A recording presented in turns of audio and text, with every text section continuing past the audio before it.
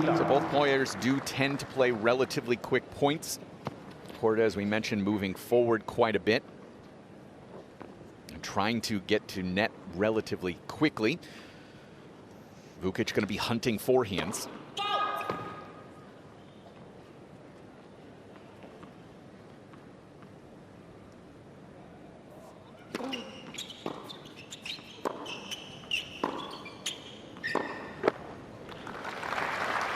Korda with a win over Lucas Cain in his opener, 4 sets.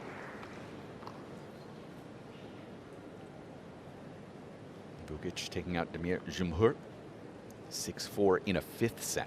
Just the 2nd time he's picked up a first-round win here in Melbourne.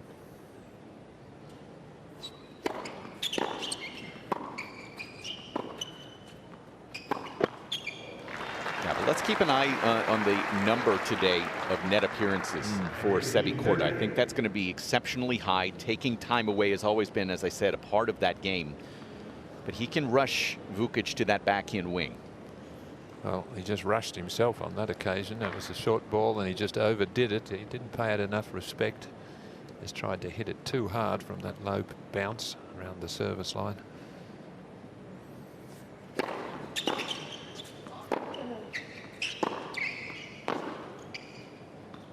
Be a couple of chances here for Vukic early. And this is mostly generated from the Korda side. Well, this would be huge for Alex if he could get an early break here. Sometimes if you can jump your opponent, get on top early in the first set, it sets the pattern for the entire match.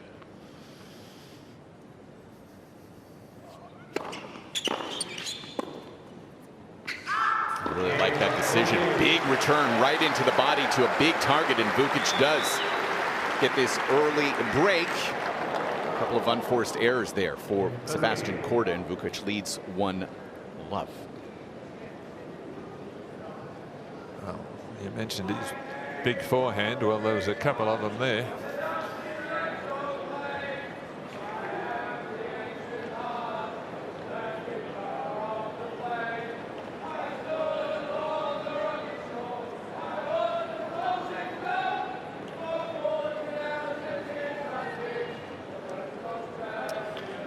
Didn't take long to get our first chant out there, Alan. A few of the boys are warmed up the vocal cords. They've probably oiled them a little as well before coming in here. That's our win predictor, 73%. It does feel a little bit high considering that Vukic does have a win against Korda in their only tour level event, but certainly understand the form of Korda. Vukic here at 1-love.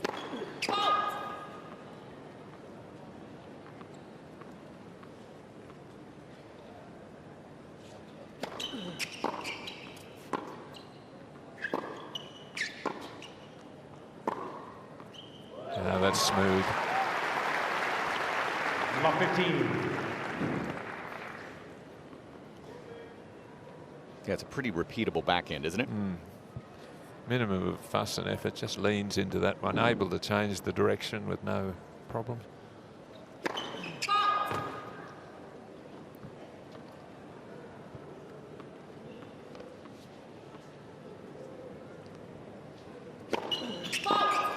Just going for a little too much. As we mentioned, into the final in Adelaide last week, Seb Korda, and players who do particularly well the week before the Australian Open, it sometimes can be a little bit of a curse because you've done well, you've climbed a mountain, had a great result, and then you come back and you've got to try to climb an even bigger mountain the very next week. So a lot of the top players don't play the week before.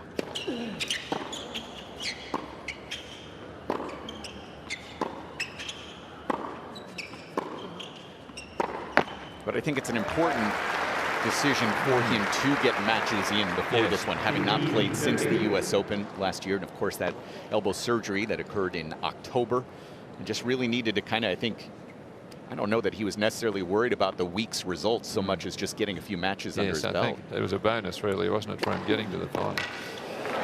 So listen, the game for Alex Vukic really revolves around the big serve and hunting that forehand early as well.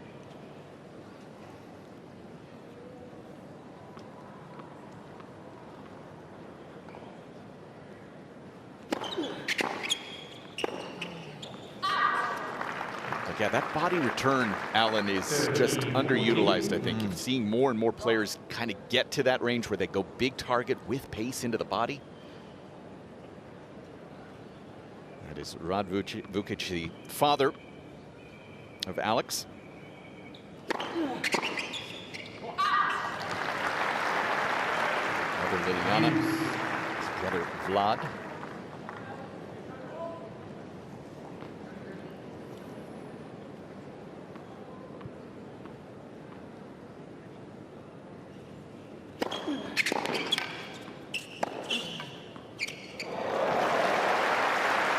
Having talked to Alex a little bit, for him right now, it's just letting Vuki be Vuki is the way I think about it. Yeah. They want to make sure he's the one dictating. He's the one controlling as many of the points as well, knowing what Sebi brings to the table.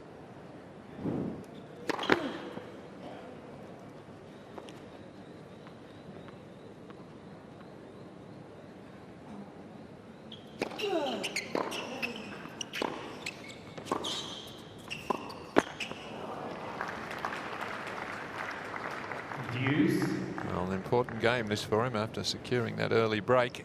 Doesn't want to give it back.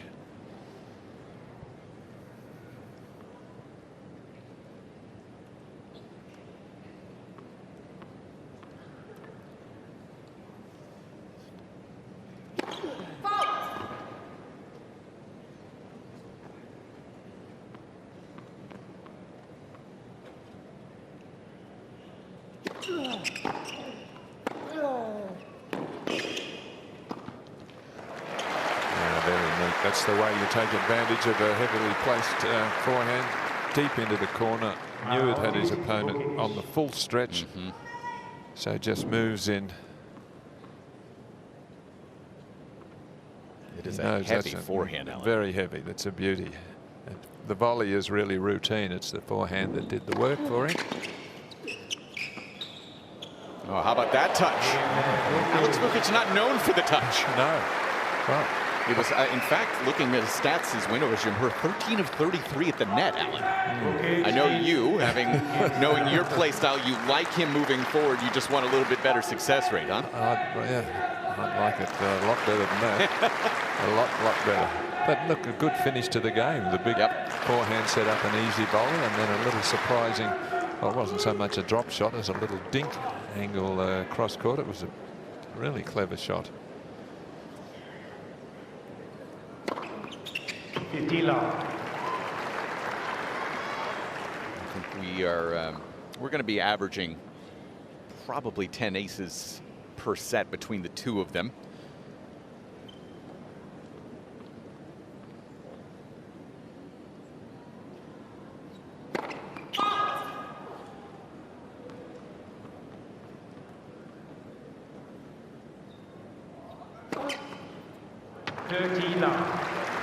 Adjust that number a little bit. Sebi has increased the serve speed since 2022 from about 183 average first serve speed to roughly 198. First service.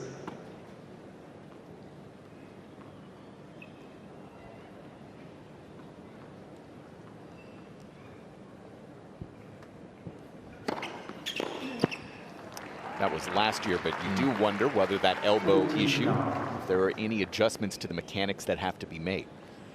Well, it's quite an improvement in speed. Yep. And you just don't say, well, hit it harder, because sometimes, as you suggested, if you hit it a lot harder, it throws your timing and your rhythm out. No problems on the timing there. So Korda does get on the scoreboard with damage done already. The Aussie, Alex Vukic, to 2-1.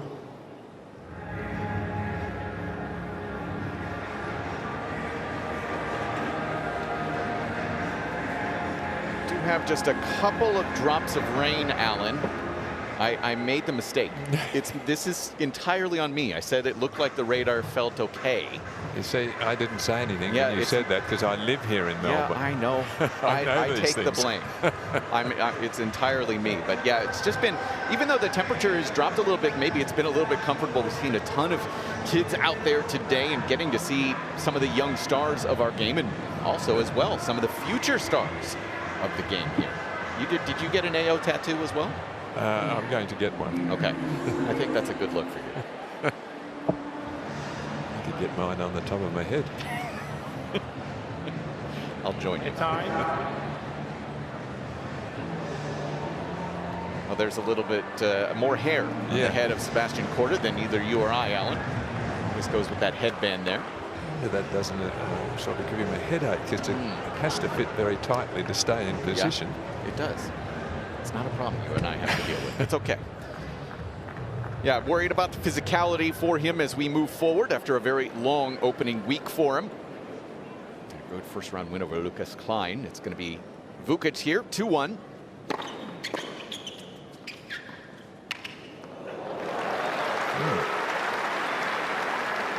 He thinks he's in Paris, playing on the slow clay and therefore able to use a lot of drop shots. That's the appropriate time to play it. You see he's well inside the baseline. The ball has less distance to travel.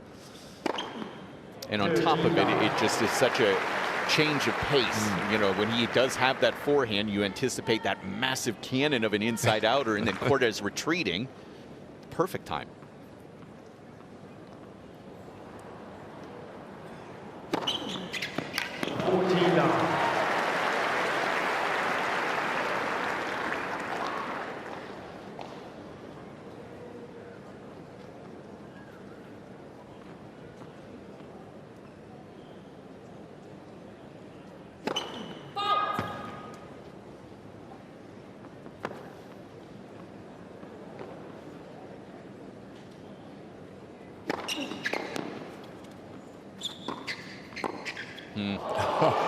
You don't mind. He had to guess what to do to stay or to go to the open court. He elected to stay. That was the right decision. Still wasn't that easy shot. An easier shot, but just a little. I think he went one-y. I think he went one-y, Alan. Yeah, he did a one-handed flick. It's like he was dealing cards.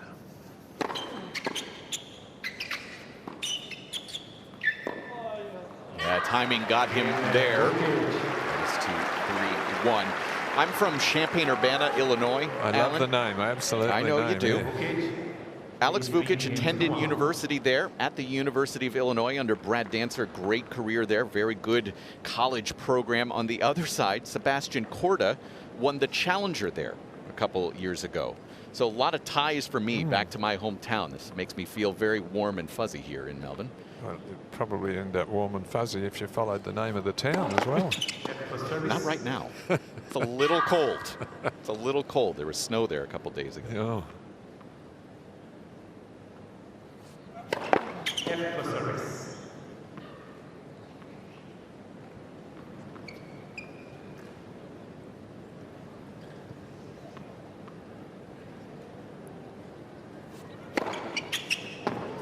Well, I said a couple minutes ago, Alan, that I thought we were going to probably average around 10%. We're at 5 right now. Yeah, we might have to revise it.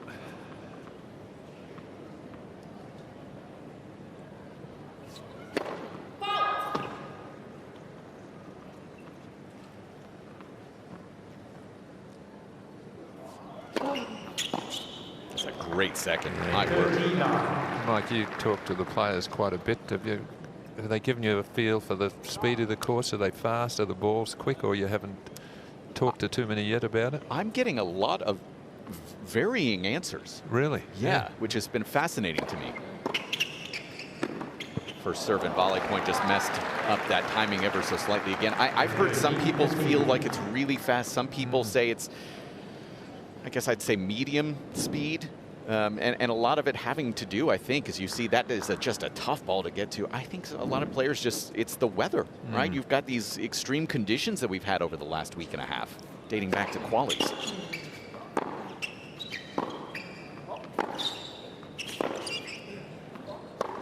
So I think it's been a little bit maybe underreported that with all these weather conditions, players are really having to adapt. I mean, that's part of this game, of course. But yeah, I'm getting a lot of different answers. Yeah, that's interesting.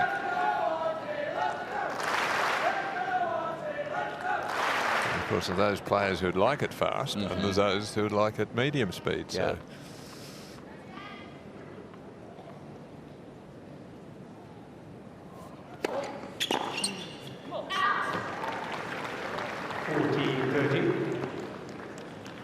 We needed a free point there to get to the first player to get a game point. If you're at 30 all, it's a huge point, and the coaches take note of that point each game it arises. Another ace. He's got 4 in the last couple of games. He's down a break, 3-2. Vukic leads 3 games to 2.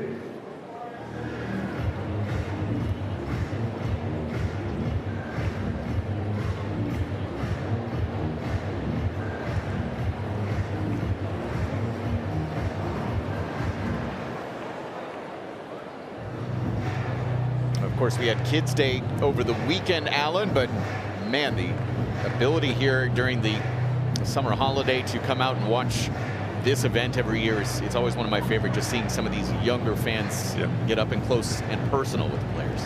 Well, there's lots of activities for them to do as well as watching the tennis, because it's hard to keep them amused for a 5-set men's singles match, but there's other activities for them.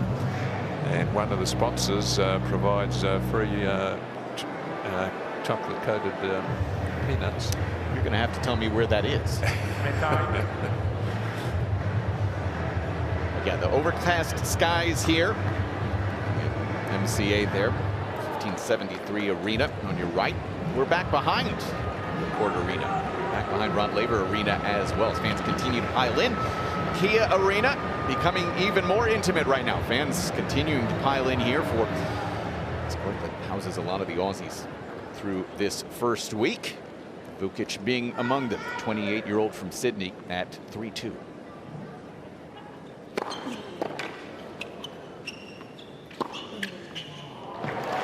That's bread and butter for him, isn't it? He just loves that one. And even though you can guess it's going there, he hits it so well. Yep.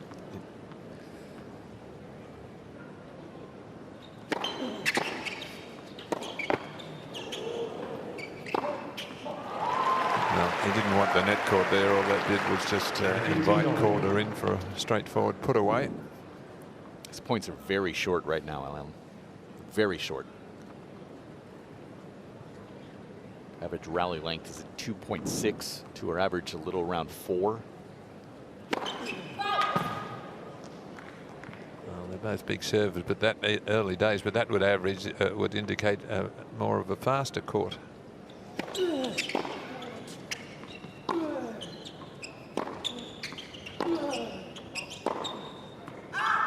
Yeah, and oftentimes that also means who's able to keep up that serve percentage and who's able to kind of take advantage when they do get the second serve opportunities.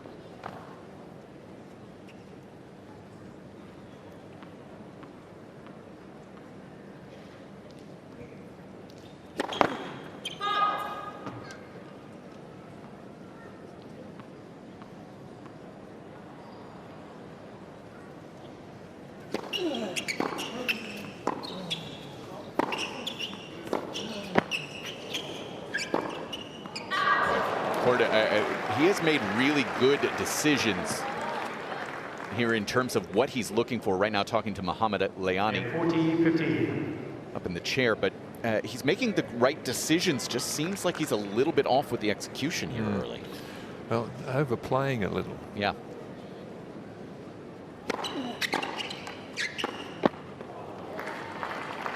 There's often a question of how good do you need to hit the shot? If the winner's there, do you still need to hit it right in the corner on the line, or can you be happy with a meter in either way?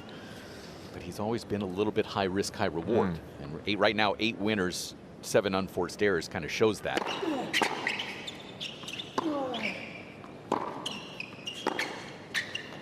That's pretty darn good. 8th winner for Alex Vukic. Maintains that presence out in front, 4-2.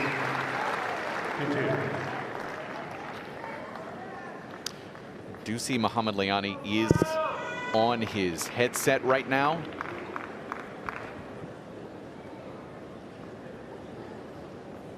Yeah, Korda was pointing back. A little bit, dim it a little bit more, okay? Oh, he's asking for the video boards to be dimmed. Too bright. It's too bright.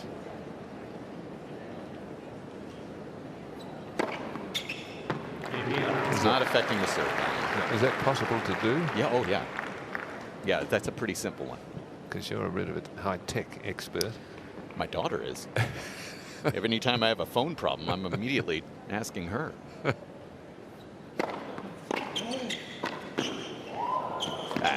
See, that was a tough volley. He had to improvise, change direction at the last moment, and really get down. See, he wasn't leaning that way initially, then changed and got down low, kept his eyes right on top of the ball there. Beautiful execution.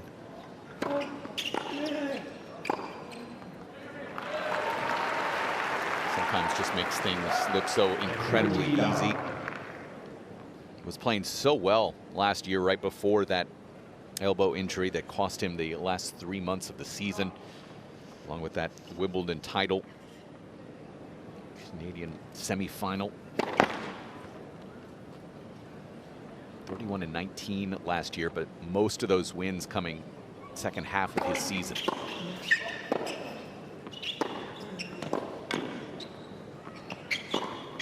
And Alan, if that's the case, when you do have that, not a lot at the beginning of the year, you start here in Melbourne, you do have that opportunity to gain a lot of points and make some big jumps in the rankings. Well, just hammers the forehand. It's a great opportunity for everybody, really, the start. That's why it's an important event, the Australian Open. It is in its own right. But being the first Grand Slam of the year, you can set your entire year up with good play here.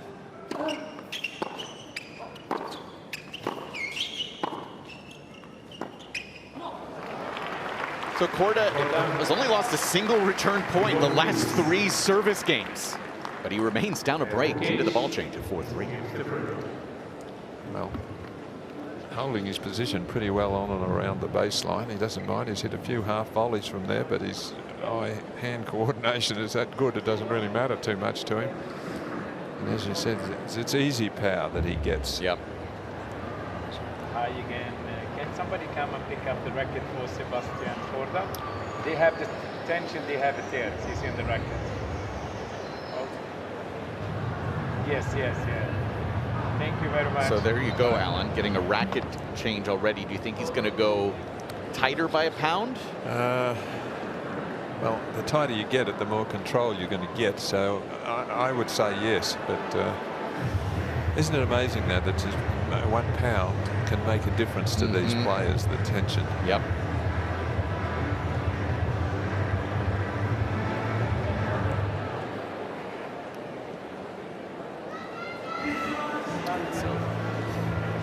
Mohamed Liani always likes to be involved in a match.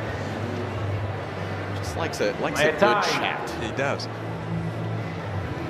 He's got a happy face. He does. At the moment, doesn't he? Yes, he does. Been around for a long time, I will say, he's kind of a polarizing figure at times. I have seen him take, after matches, he will go take some of the balls that were used in the match and go give them to kids, just to kind of make sure that they feel like they're part of the event, which is, I think, really cool.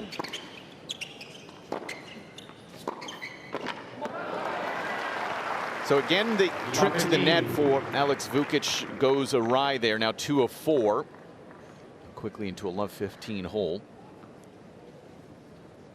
Well, breaking in that opening game, you think, well, that should be the set, but it's a long way from an early break in the first game to still serving it out against quality opposition.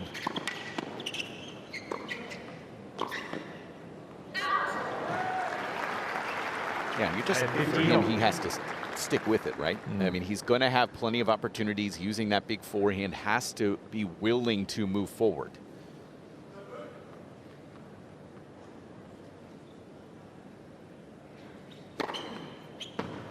Caught the line. Yep. 13-15. Cracked the 200k mark, as you can see in the background there. 2 millimeters. That's enough.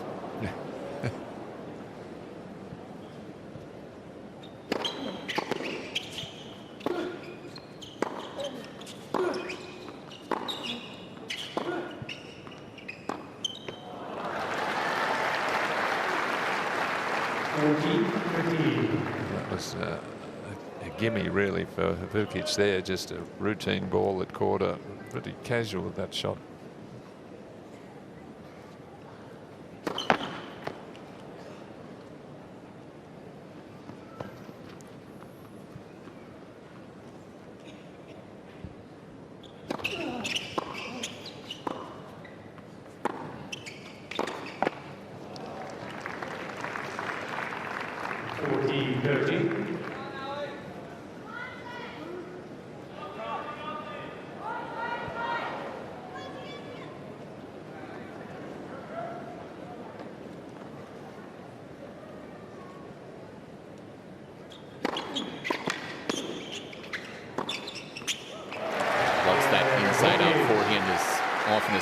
So the holds have been trickier for Alex Vukic, but he's still out in front, 5-3 here in first.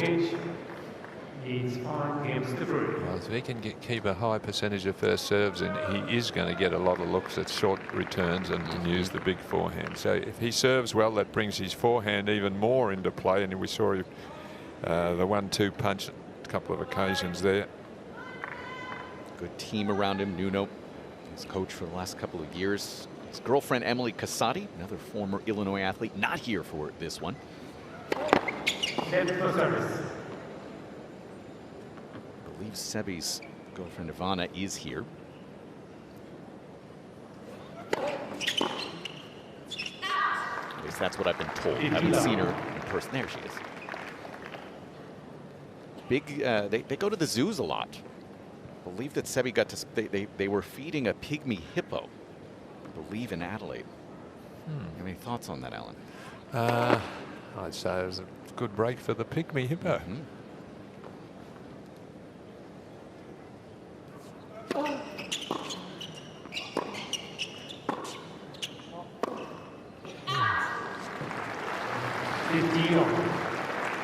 I like some of those misses, Mike. Sebastian Korda serving here 3-5 in this first set. Broken in his opening service game. Has been rock solid since. We're at 15 all. Vukic has only picked up 2 return points since that break. He's been able to find holds to get us to this stage.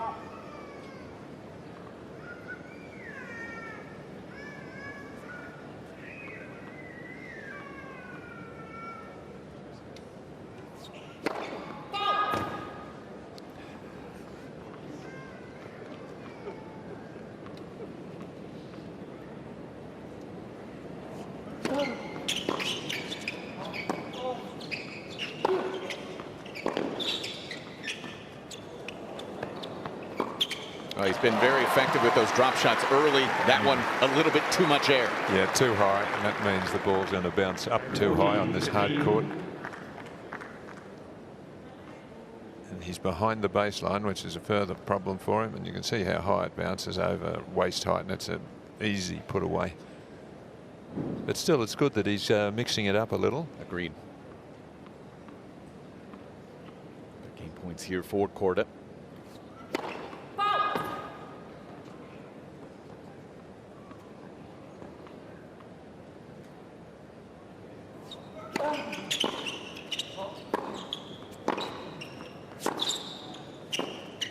Rather uncomplicated once again for Sebi Korda, but he remains down a break. Vukic to serve for the set in a moment.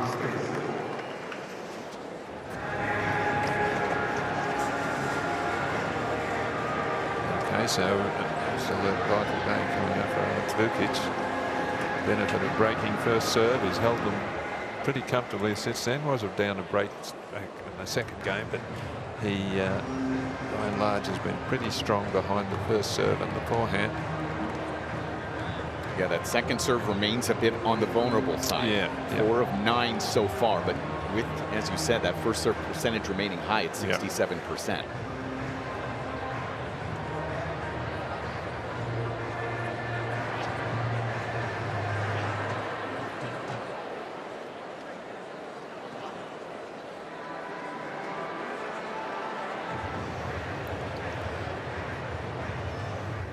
Time.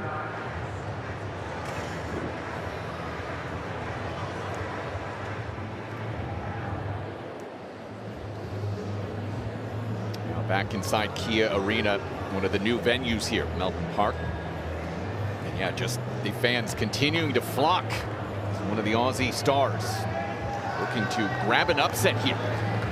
As Alex Vukic will serve for this first set against the 22 seed Sebastian Korda. Does own 2 career wins against Sebi. One at the challenger level, and in Toronto 2023. Vukic 5-4. And that would have been on hard court. I'm assuming, Mike, so that gives him even more confidence, you would think.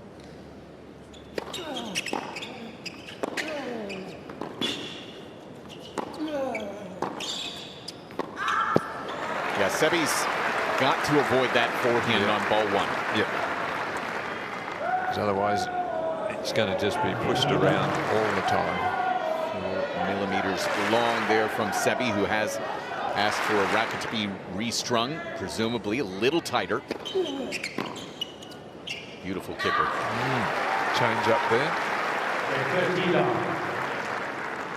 So Korda will watch the ball toss in the future from that backhand corner. As soon as it goes over the left shoulder of Vukic, he'll expect a kicker. 4th ace to set up 3 set points.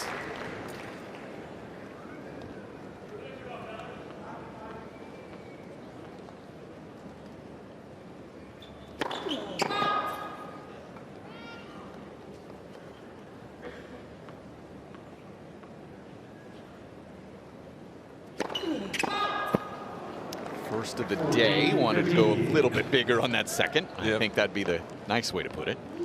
182. Well, you like to finish the set with a bit of flair and pat yourself on the back. He's not a flair guy. That's the thing. He's so rock solid, very quiet. But yeah, with this kind of a crowd, you definitely do.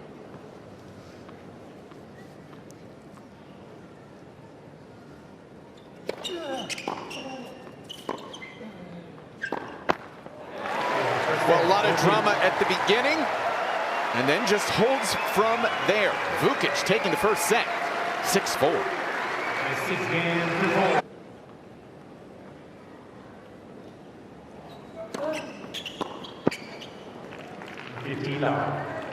Yeah, that's, again, one of those rare moments where he's gotten a look at a second, right? You can see the frustration and anguish wanting to get that good start again here in the second set.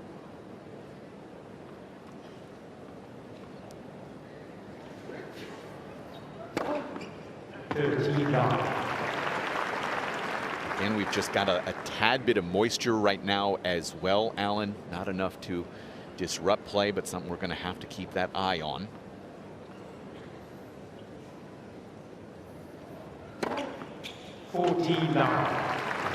Fast slider there, unplayable, that sort of serve. You've got the angle and the speed.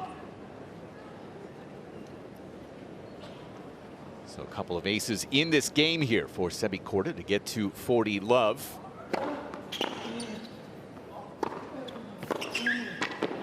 It's just a monster of a forehand. Yep, he was in not bad position for the volley, but the ball just struck too sharply for him. Yeah, you're hoping to catch Vukic unawares there. Most players are going to be approaching towards that backhand wing, understandably so. But if you don't get the timing, that's what happens. Make it 3 aces. Total of 8 on the day for Sebastian Korda. Another very easy hold. 1-love in this second set. Mike Cain, Alan Stone here, joining you on this one inside Kia Arena. What has been a really just challenging day in terms of the weather. Rain delay early. You can see Mohamed Liani, our chair umpire, just checking. He's got you know, his head's covered there. So he has to stick out the hand and just kind of take a look. Yeah, very scientific. Here he comes. Yep. Love one. Wow. Number 15. I can't believe he missed that. It was so easy. It was almost an unmissable shot, and perhaps he thought so too. Maybe that's one of those 1%ers. 99% you're going to make that. 1% you don't. Love 15 quickly.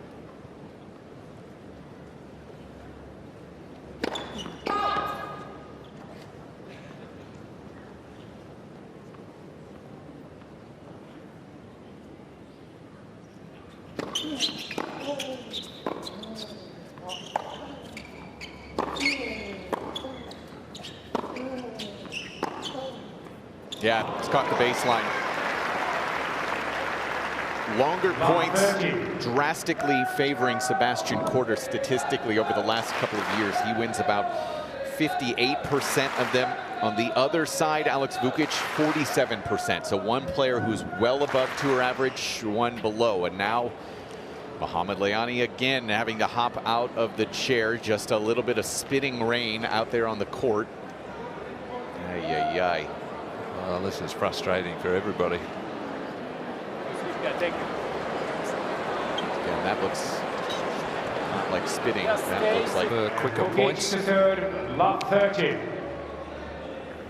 A tough spot here, coming back out after now what is roughly 49 minutes. At love 30 for Vukic.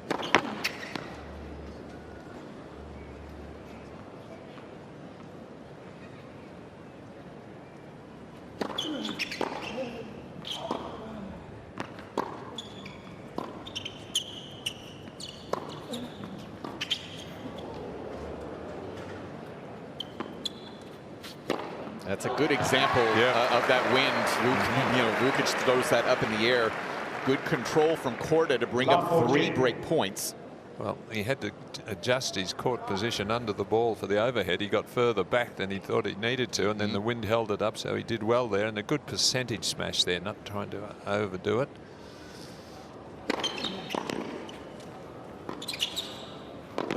Jeez, how good is that approach? Risky catching the back of the line. 15-40. You can see it there. That had to be perfect. Korda's been stroking that backhand pretty well, Alan.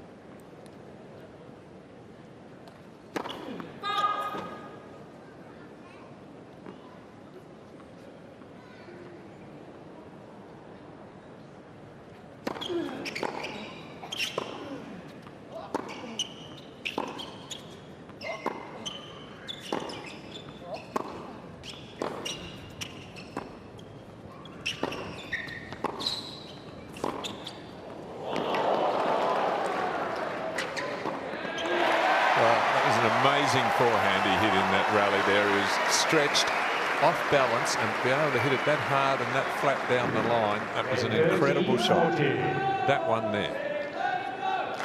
And it's been interesting hearing some players, Tsitsipas especially, talking about just the developments in terms of the technology and the ability to do a lot more now than even, say, 5-10 years ago. That's a pretty good example of it. Third break chance here for Korda.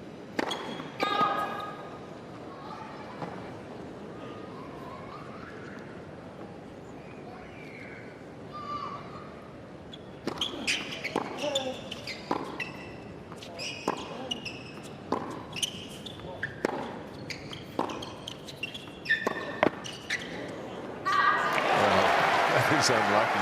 He can't believe it. I mean, that's how tight the net's are tensioned in these hard courts, that it would hit the tape and then bounce long off a drive.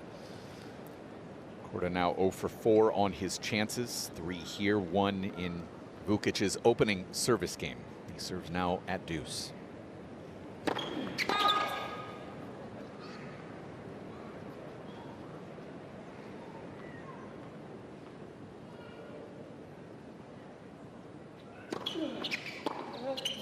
That's a great return. Well, it threw the ball toss so far over his left shoulder there for the kick serve, Vukic, that he was off balance. So falling away towards his backhand corner, and Korda took advantage with the off backhand return.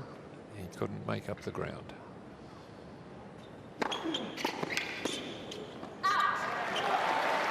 Crucial first serve. 3 of 8 now in this game is Vukic. Another deuce. This would be some hold if he can get out of jail, and it looks like he might now. He's at the relative safety of juice.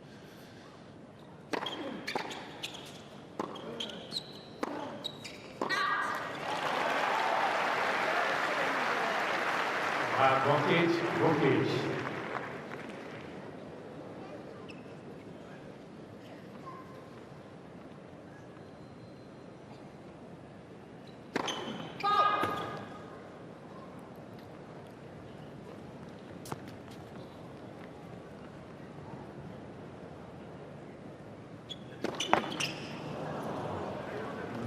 Second now in as many games for Vukic, spread across about an hour and a half, those 2 service games. Well, again, the ball toss way left. Yeah. And falling away. We know he wanted to do a kick serve, and that's where you throw the ball, but that was even too far over his shoulder.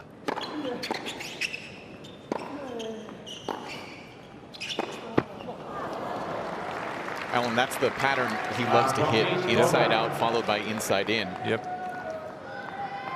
It would be one of the worst forehands he's hit in the match. He smothered it quickly and dragged it down into the middle of the net. This is a 5th break chance for Sebi.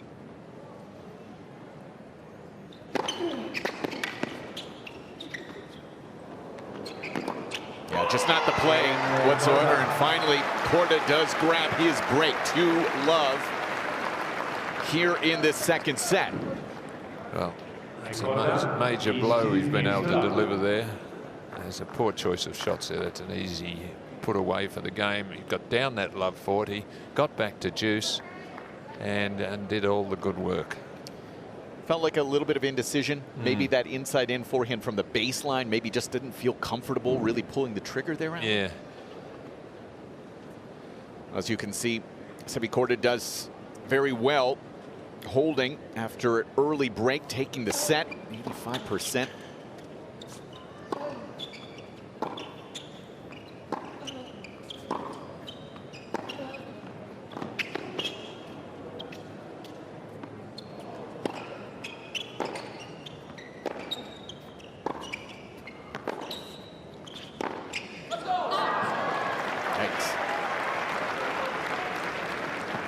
Longer points favor Sebi Korda. 58% he's winning shots, rallies 9 shots or longer. As you see, Leighton Hewitt has made his way down to court. Well, now Davis Cup captain, perhaps he's got some thoughts about Vukic in his mind. I mean, he does consider all the players, and there's a match coming up pretty soon.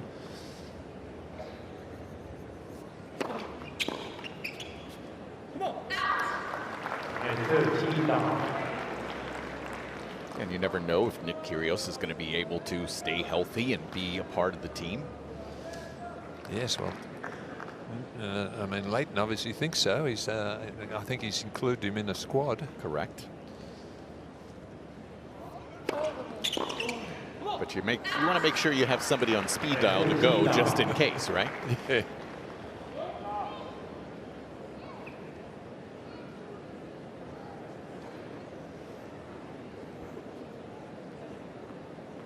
Jack White there, part of the Melbourne United team, the Aussie national team, basketball as well. Played collegiate ball at Duke, for the Denver Nuggets as well.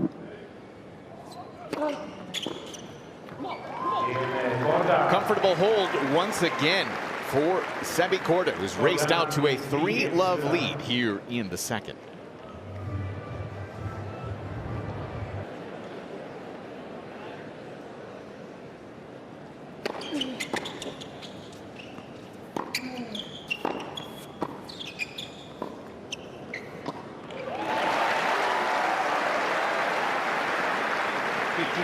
A nice positive start. Nice positioning volley there. Second one's a formality.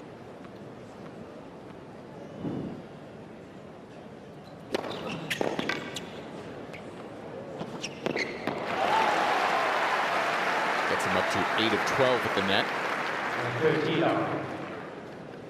One of those misses pretty key to help create the break chance earlier in this set from on top of the net.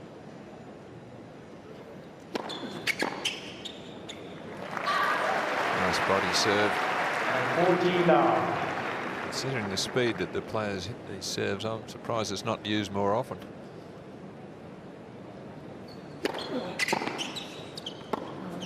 But I guess if you're like Medvedev and standing about half a mile behind the baseline, there's no such thing as a body serve because you've got time to move out of the way and play forehand or backhand.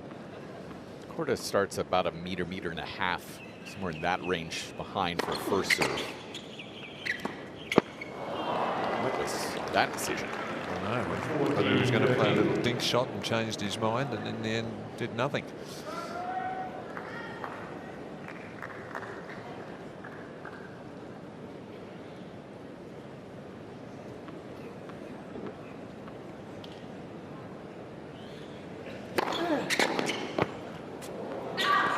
Finds his way onto the scoreboard for the first time here. But again, it's been the return component that has been the question for Alex Vukic since grabbing a break in the opener here today. Just hasn't really been able to put anything together on the return side.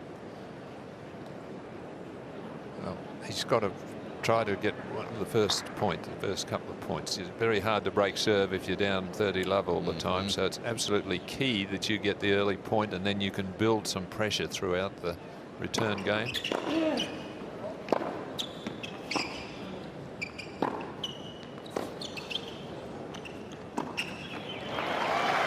But again, no adjustment on that return position. As you see the Korda team there. No adjustment on the return position. So Sebi's just able to kind of settle in again to his patterns, isn't he?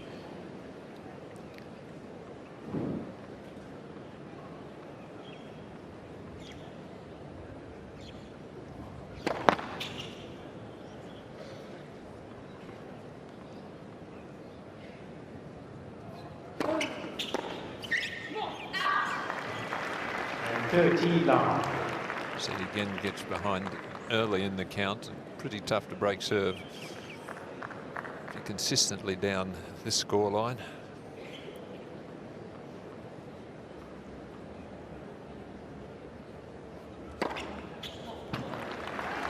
Can't do much about that though. So 193, not the fastest server around, but that is accurate. Ninth of the day and fourth of this set.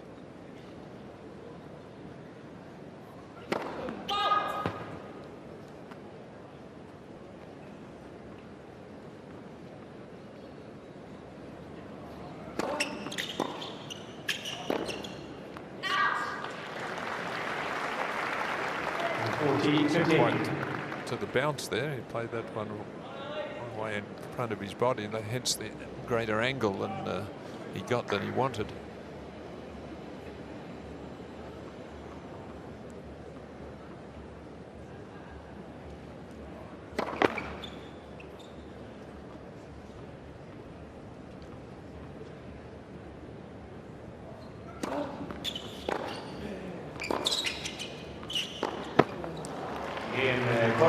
Again, it's super easy for Sebastian Korda. This player box looks very comfortable. So he gets into 4-1 here in the second.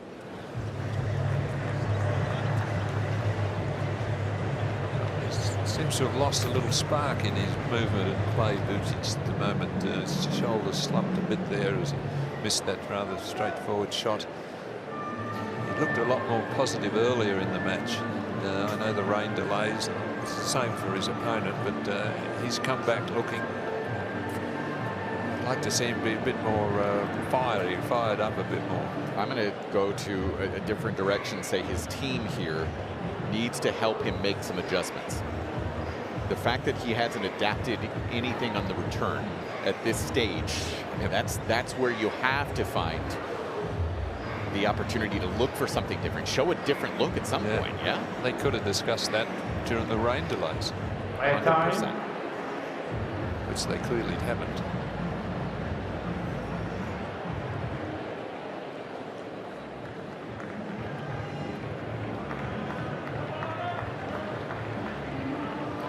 It's been a really tough day in terms of the weather for us over the last few hours. We had a rain delay at the start of play today at 11. Couple of rain delays here. Vukic now 1-4. So grabs his first ace of the set.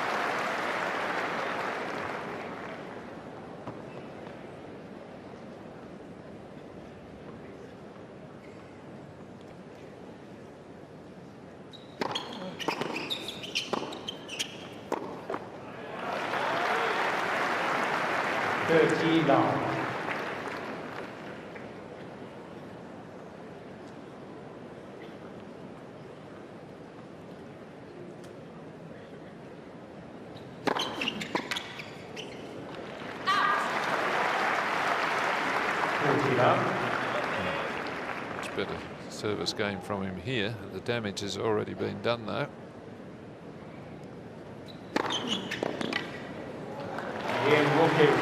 Say 51 seconds, somewhere in that range. That game, yeah. 52. Oh, so close, Alan. Yeah, no. So close. Korda leads 4 games. I mean, the stats guys could have changed that for me. They could have, They could have made me look a little bit better. Ball change here as well at 4-2. This is where I look to it. Korda's obviously going over, getting a racket out of the bag. This is where Vukic, who's right next to his team right now, that he should be getting that message.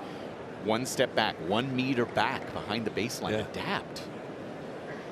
Well, and focus on this opening point. Our former Davis Cup captain Neil Fraser, who unfortunately passed away a month or so ago, used to tell us every time we're changing ends, first point, first point, first point. Happy feet, on your toes, first point. Why don't you get out there and do some coaching, Al? Shirt rippling right now from this gusty, breezy day. And that moved, it's got a bit of bounce on it from the spin, but also I think the wind moved it a little bit. It couldn't get over the ball. It was only 136 Ks the serve, so it wasn't a tougher service return. And again, he's down 30 love before you can say Jack Robinson. I am really perplexed. Again, when you're just winning this few on the return side, to not give a different look is flummoxing to me.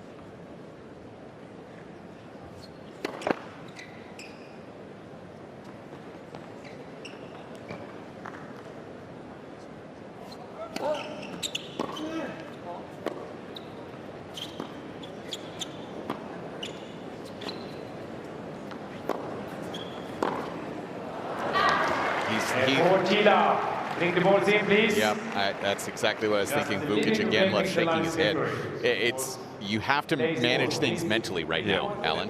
He's just not dealing with it anywhere near as well as Seb is.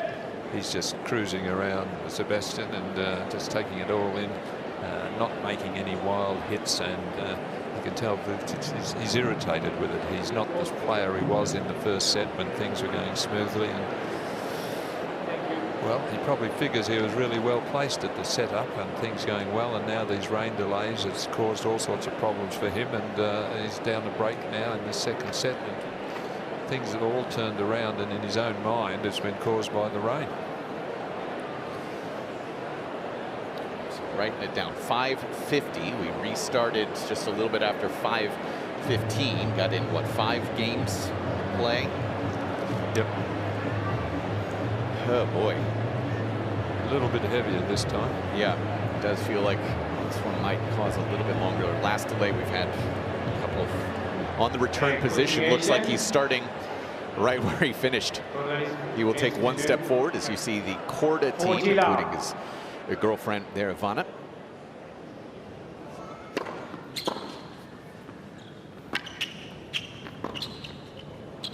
Yep, with room to spare there. Slight this hit return drops short, and rather an awkward shot for Korda. He had to really scramble up to it, and then he could just do a little chip across court, so Vukic had plenty of time to select the shot, and he chose the right one, the lob.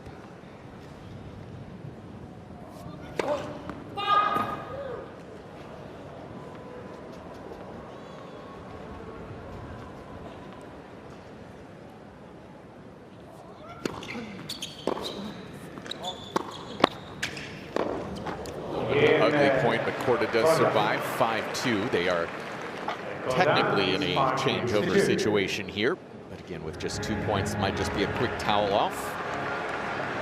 Looks like Vukic wants to sit. That is, considering how long it's been, 2 hours. I think they would walk just straight around on the far side of the court. Yeah.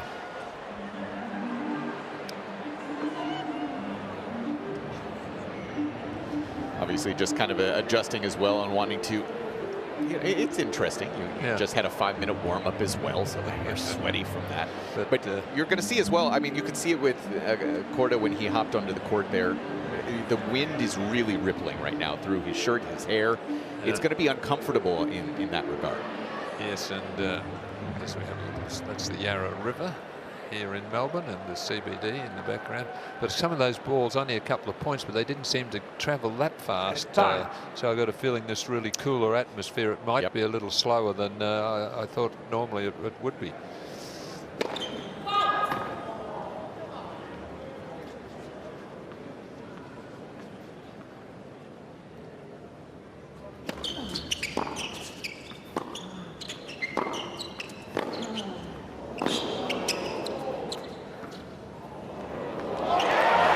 Struck drop shot inside the court as you prefer, Adam.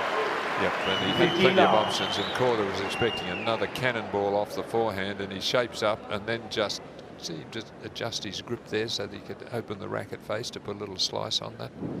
Very clever. It's pretty clear that was part of the game plan coming in, as he employed it in the first set as well.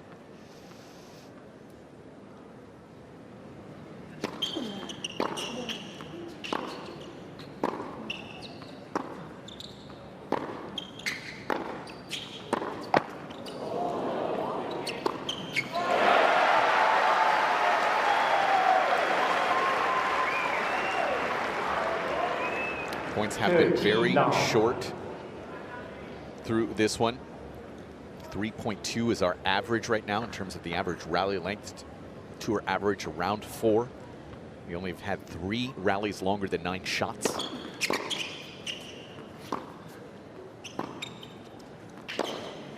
I have a feeling that, Will, as you mentioned, might change a little bit in terms of these conditions, and you might not be able to get through the court necessarily as quick. Well, we'll also be able to gauge that by looking at their service speed. Most of them have been up around the high 190s. So far, we're in the high 180s. So I'd say it's definitely going to be not quite as I thought.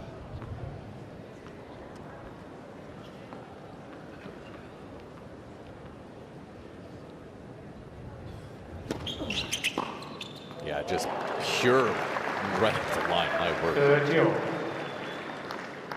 Just that's what you'd call a smooth stroke. This is not a lot of seeming effort in it, but the timing was so good that it just really just sped off his racket.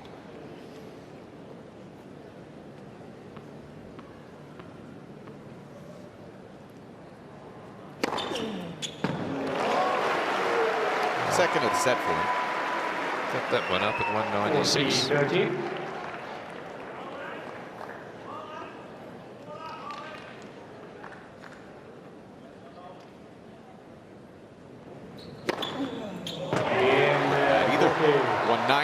Out to the corner to force the issue here.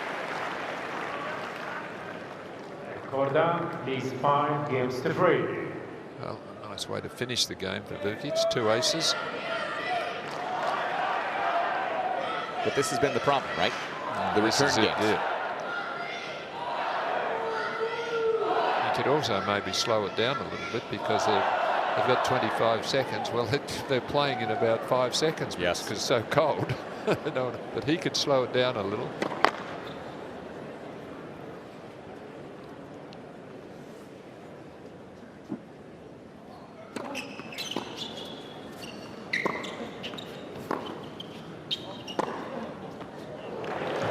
corner to corner. 15 love. Opens up the court with this one.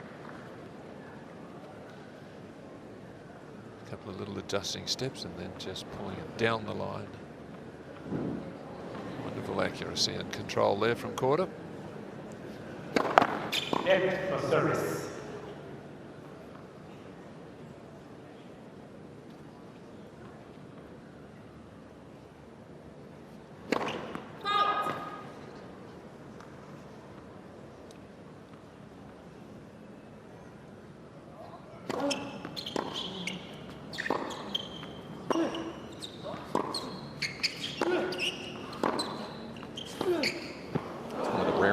Vukic has even been able to get to neutral in the service games.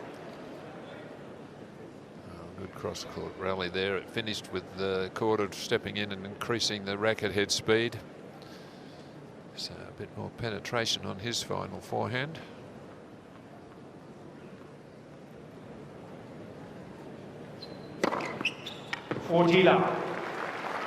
Bringing up 3 set points.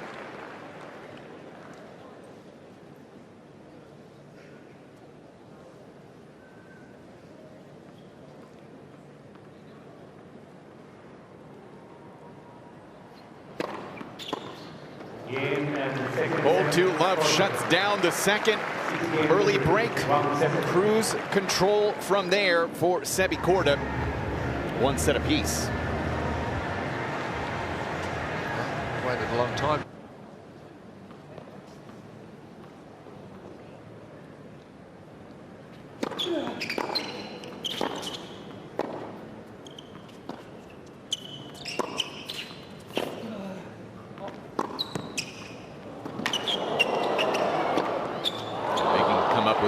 Shot, but Korda's also, when we do get to these neutral rallies, he is absolutely targeting that ad corner over and over again, making Vukic come up with something with that backhand.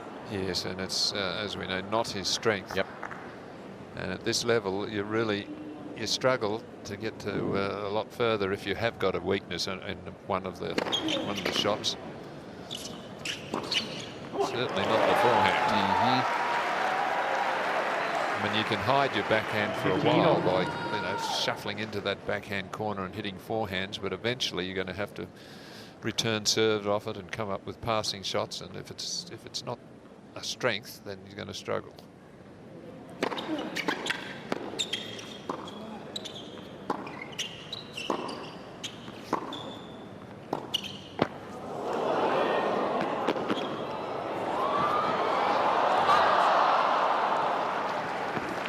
Yeah, that was such a big part of his early career for Vukic. He would get himself, I mean, he's making forehands from the doubles alley. When he was straight out of college at the University of Illinois, he was getting himself into trouble there. Knew he just had to make that backhand solid, not spectacular. And that's kind of where we've plateaued for the moment. Yeah.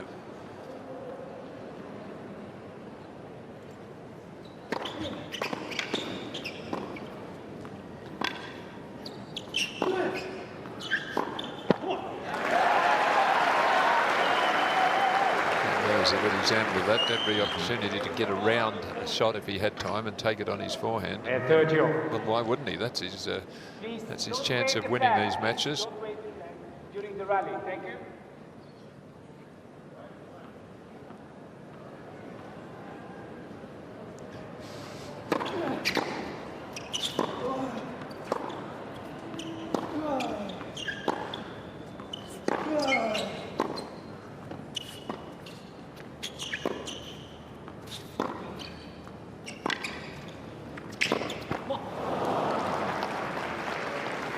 Just ran into that ball there, overran it. He got there and just didn't judge it. Just ran straight into the ball. He was so keen to hit a big forehand. Korda's 1 of 6 on the day. Has had chances in 2 games.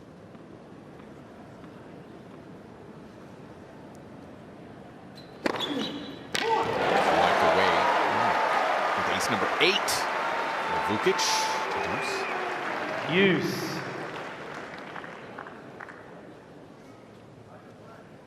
Well, that's a handy way to save a break point. Takes the pressure off the rest of your game.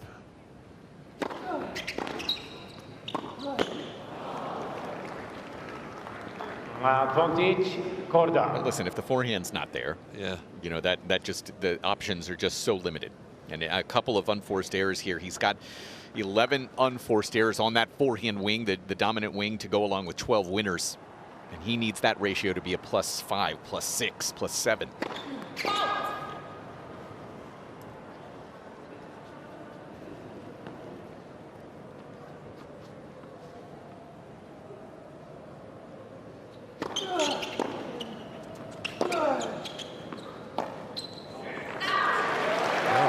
Miss it, you can't believe it, that he would hit a shot like that. You very rarely see him misjudge and mistime a ball like that, particularly on a break point. I think what he's saying there, and you can see his shirt just whipping around, he's just saying essentially that the wind is swirling. Yep. He's struggling to find it. So I think that's one concern here. We might see some uglier tennis. That's a real possibility that it's just going to be, especially if there's time on a shot, you're going to have to really make some last-second adjustments. Advantage, Korda. That's where the players with the good footwork Yes. come to the fore. You can see the wind there and the flags on the MCG, Melbourne Cricket Ground.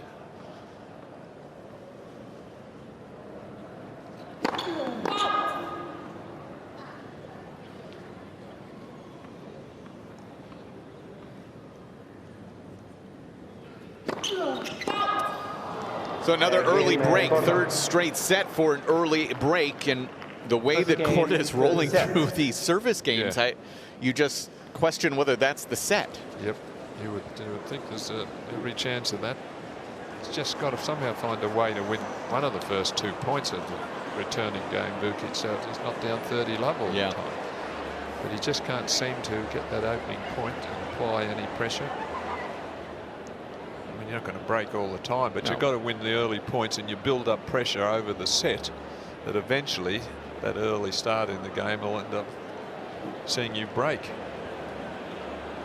And the second serve, the double fault there, he just overplayed it. Korda hadn't missed hardly any return, so he wanted to, he was creeping in a little bit.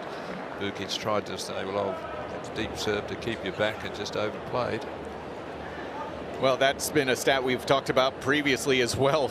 Korda's such a good front runner. 85% serving here with that break lead at 1 love. 15 love.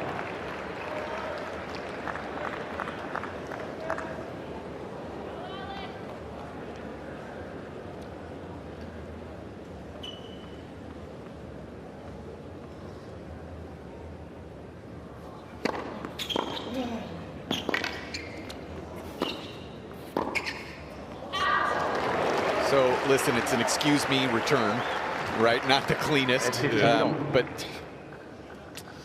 it's something. He'll take anything. Yes, he will. Well, he's got one of the first 2 points, which was what we've been asking for him to do. So 15 all.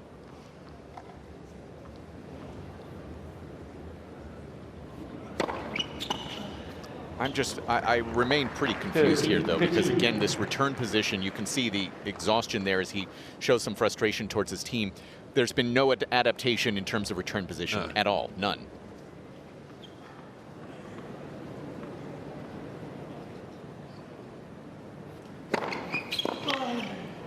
And it's great to know your identity, know who you are as a player, but in a day like this, take one step back. And Korda's serving, it's not huge, but it's accurate. I mean, he hits his spots. He's just hit 2 great first serves right into the corners. So gets another free point there. Korda.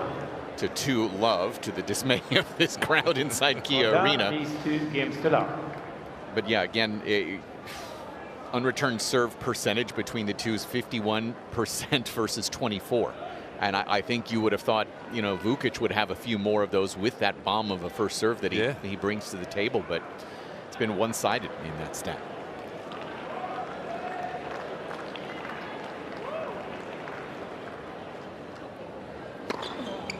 $15 love.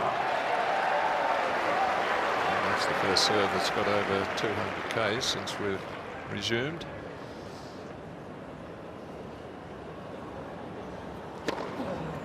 $30 love. a nice amount of slice down the tee to help it skid away.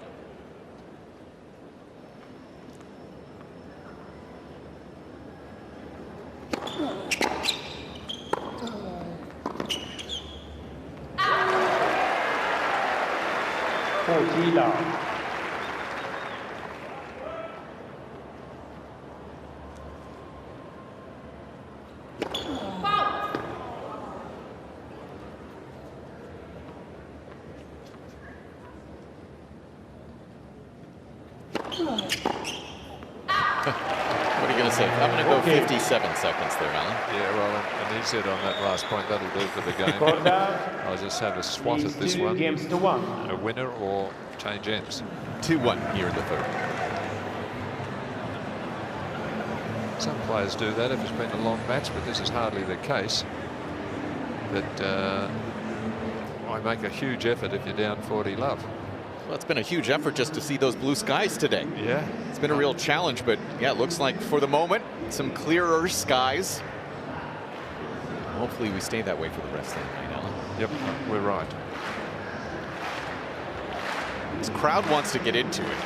Yeah. But again, it's been so straightforward. Well, they'd like to see a few more rallies. So, yes. I mean, Korda's happy with the way it's going, obviously. But it's Vukic who's got to do the adjustments, just try to get in to some of these points.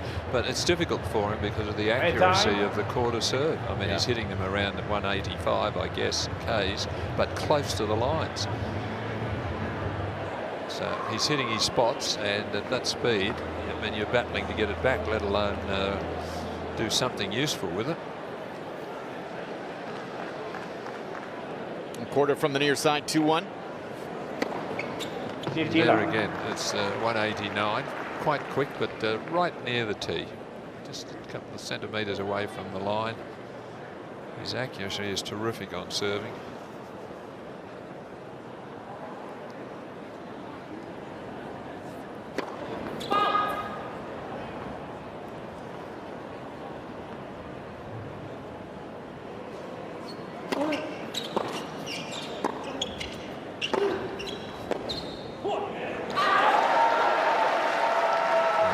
Pounce on that forehand anytime he gets a chance, because that's the way he can get back into this match, is through that shot and a few more returns to enable him to use that shot.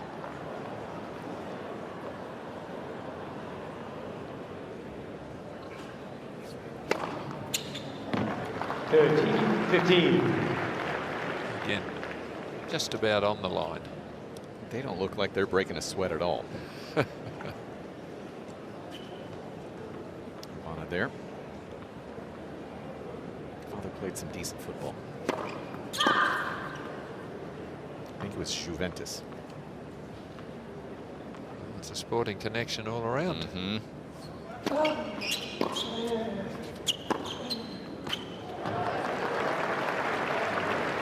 mentioned that Peter Korda won the singles here, Seb's father, but his mother, Regina, she was a top player. She had a ranking of mid-20s or so in 26, the world. yeah. 26, yep. She was pretty good. And the two sisters have been #1 in the world in golf. Yeah, they're okay. Yeah.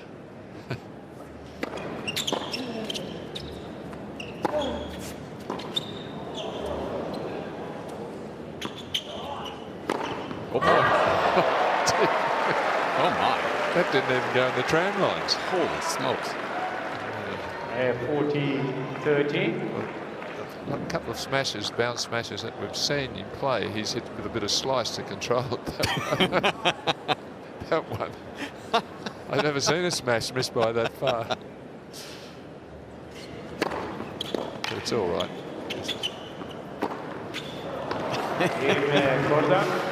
Yeah, we need to get you down to some lower levels, Alan, and I'll show you some pretty bad ones. I've seen a few over the years. 3-1 though.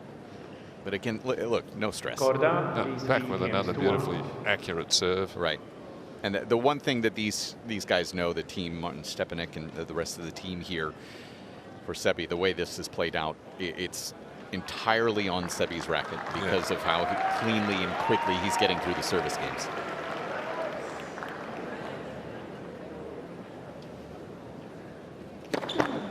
allows him also to get a little greedy on the return side now, too.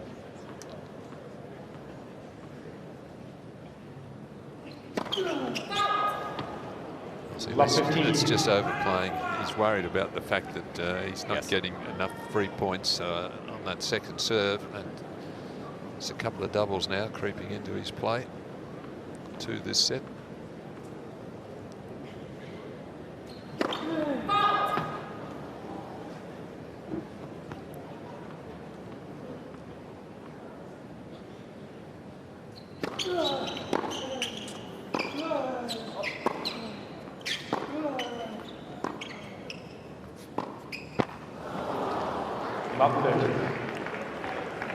Yeah, it's just compounding itself. Yep. And his slice backhand, there's not enough on it. It's merely sort of a plodding slice. You've really got to knife the slice when you hit it.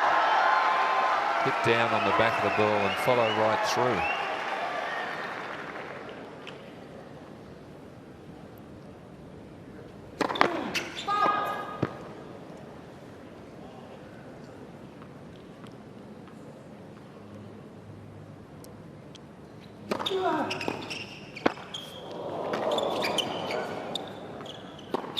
Well, he got lucky there. It was a miss-hit return. To make it worse for Vukic, it was a net court. Just dies in front of him, and yeah, all the opportunities have been on the court side here since the opening game of this match. He'll have 3 chances here.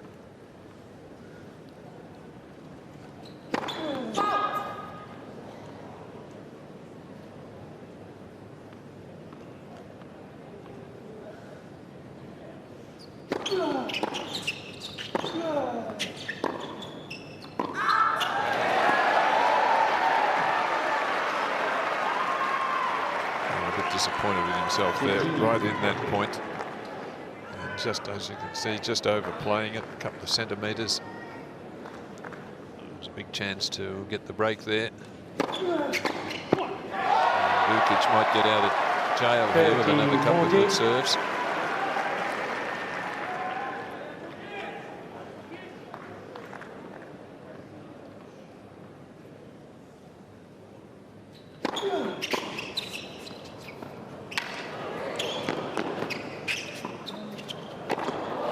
Doesn't get it nearly enough on the lob, and this set is all Sebi Korda. 2 breaks to the good, 4-1.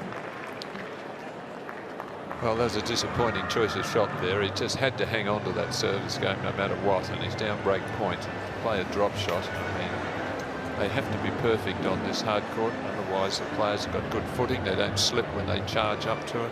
The ball bounces up. You see he's quick to push off. Gets there easily. Nice and deep with the approach.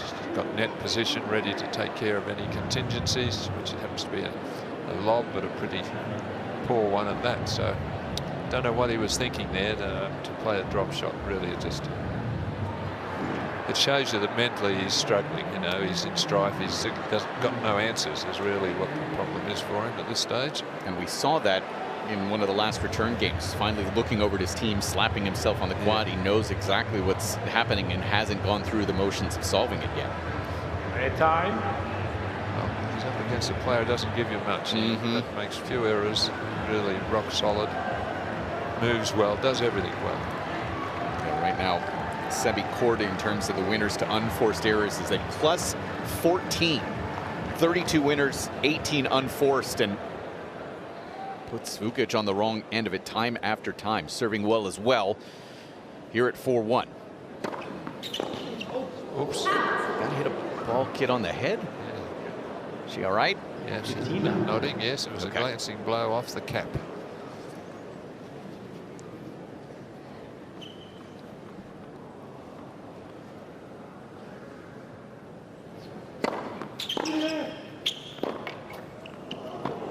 He's got that too. Sort of lunged at that ball, and somehow I thought there was no way he could make that, but he still had control of the racket head. So able to block it down the line. Never looks too worried to me when you watch him. He just strolls around, hits all these lovely shots. Just a piece of cake. The day at the office. That's fine.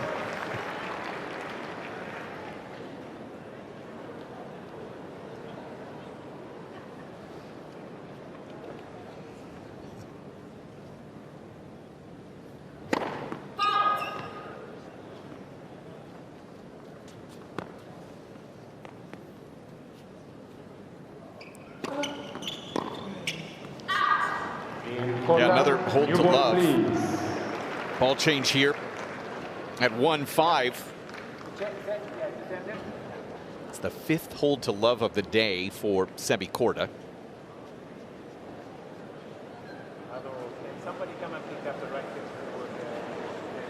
So Korda is going to get a racket restrung. Yes, well, there is a chance. The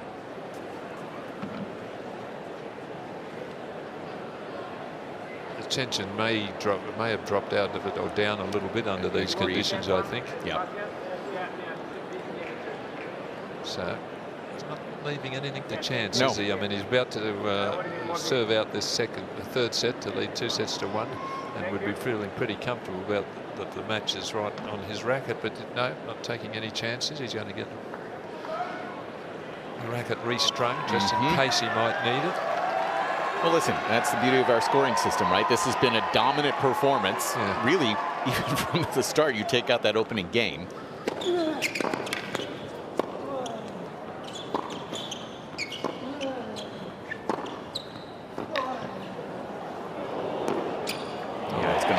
But he's still so cognizant of the fact that, you know, it's still there is opportunity there for Alex Vukic to come back. Yep. It's not over till you shake hands, so you've got to, while it's still going, you've got to make sure you're doing everything that you can to make sure that you come off the winner. Slower serve there, 3/4 post. Just a bit of a change up.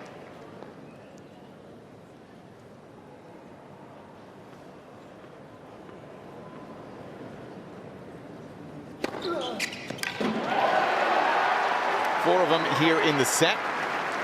40 love. To the delight of the Vukic camp, who look very worried nonetheless.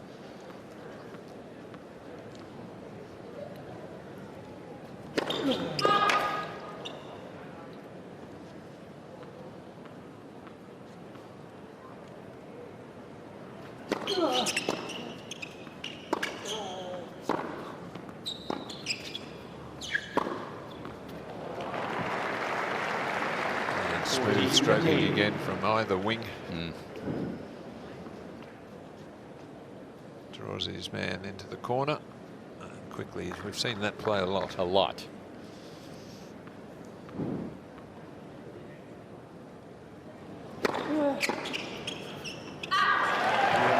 Gets us to 5-2. It's going to be on the racket of this man, Sebi Korda, trying to close out the third in a moment. If you're a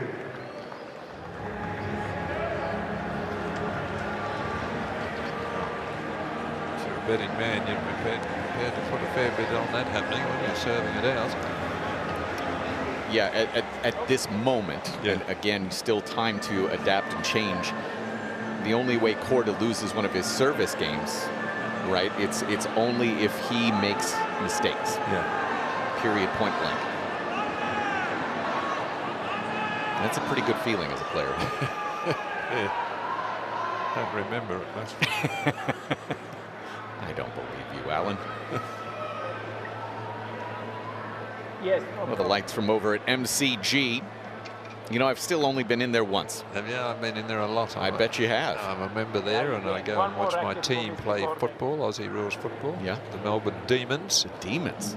Yeah, they weren't too demonic last year, but however, sorry, there's another season coming up. It's a magnificent stadium. You get in there, the 100,000 people cheering for their team. I caught a ball the AFL game that I went to. You caught it. I was behind the post. And I caught it. Did you? Yes. Did you like the shape of it? It's a little different. It's not as pointed as the American football.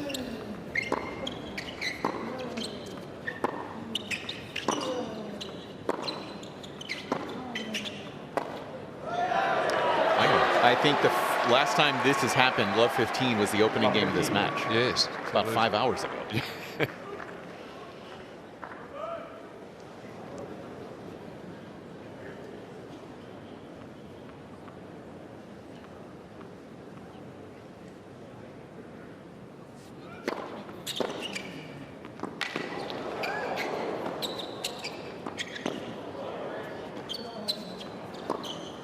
Right. Got it. Yeah.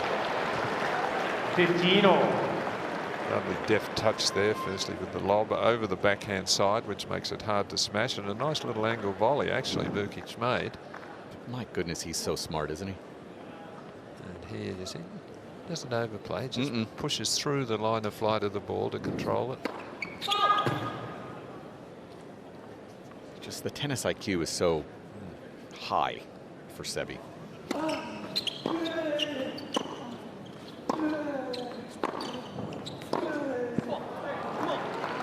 13-15. Himself a bit tangled up there. He was so keen to get to the forehand. Yeah.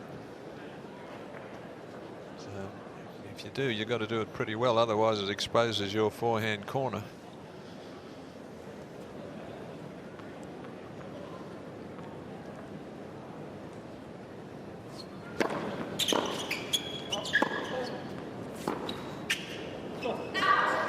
And a couple of set points. 14-15.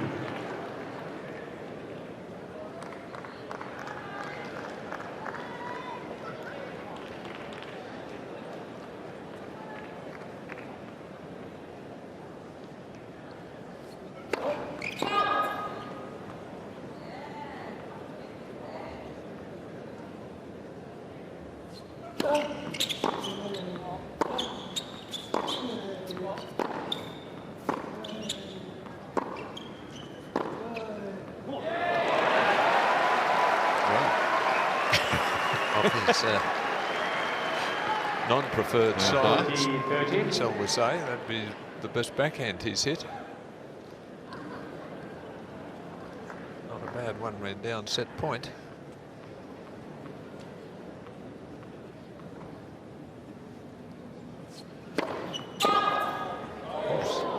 He's now hit 2 ball kids. Yeah. Actually, the same one twice.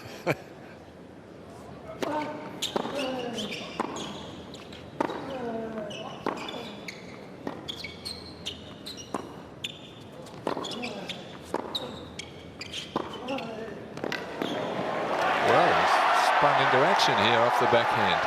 This is, you know, I don't see a comeback here in the cards in this set. Alan, you can speak to it. This is kind of important, though, for potentially the 4th. Well, at least he's stepping in and doing something. Yes. I mean, that's didn't just play negative on the backhand, and he showed us that it's not too bad a shot if he's prepared to go after it. 2 very good backhands to save those set points. But he's doing something, though. That's the key. He's got to be more proactive and look like he means business. Of course, you can't do much about that, but it was a good sign this game towards the end of this game.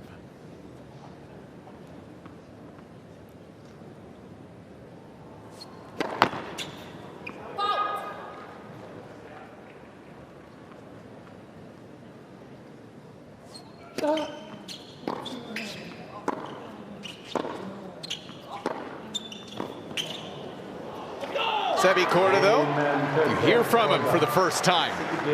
Team's on the feet. They know it got pushed a little bit there, but came up with the response.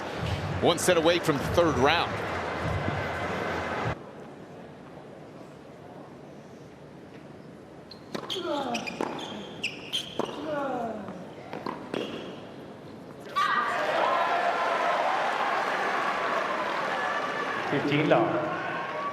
Well, I think we'll see him make a real effort here early in this. He's just got to win the first couple of service games and show his opponent, hey, just okay, you've won the last 2 sets easy, but I'm not going away.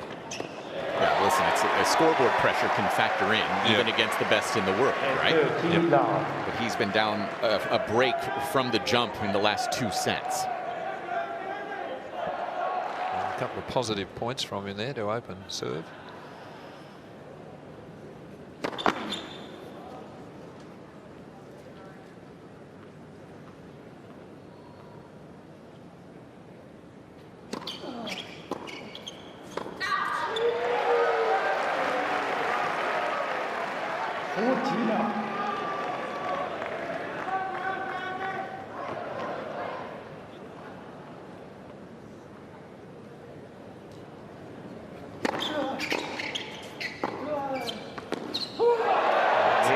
That's a 10 of 10 on the shank meter right there. That got up to row 20. Yeah. That gentleman was not expecting to catch a ball today. No, he's done well.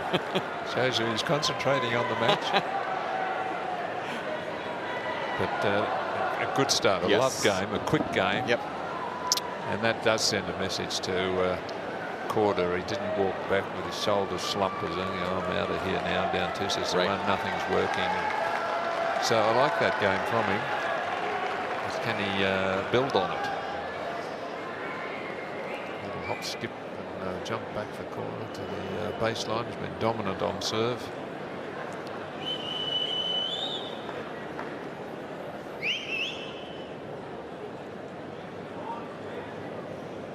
Serving here at love 1.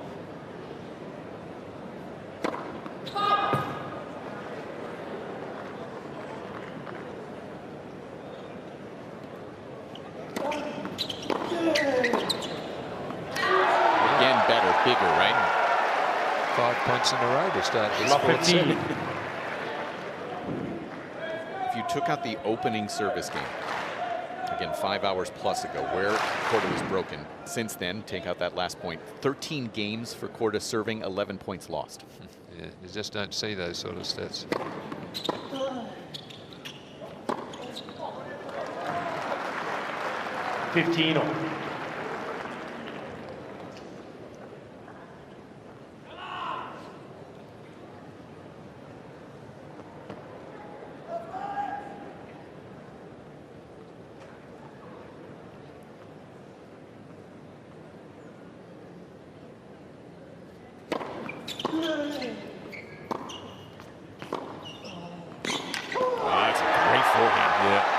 Such a dangerous weapon. You think Korda's shot was quite good, and he was caught by surprise at the quality of the one that came back to him. So a slight chance here, 15-30.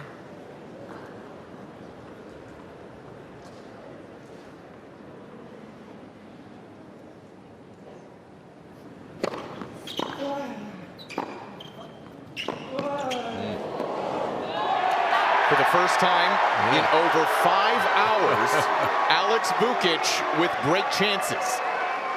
Well, we like the way he went about his opening service game, a bit more positive, and even the last game of the set where he came up with some big shots. So a change of attitude from him, and it paid dividends, particularly if he wins one of these next 2 points.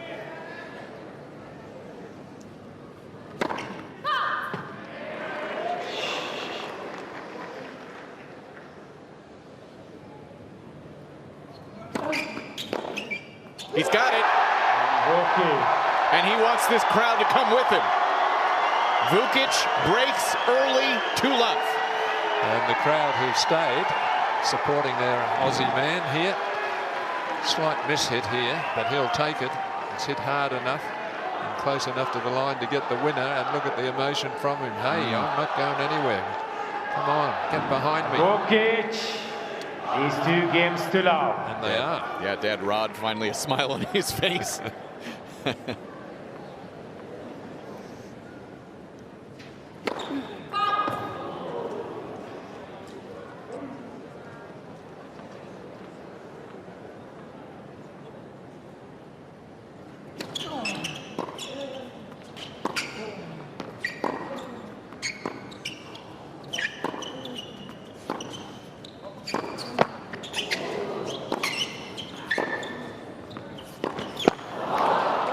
Tough an assignment there to try to play an angle from pushed wide like that. He had to loop that down the line and get back into the court.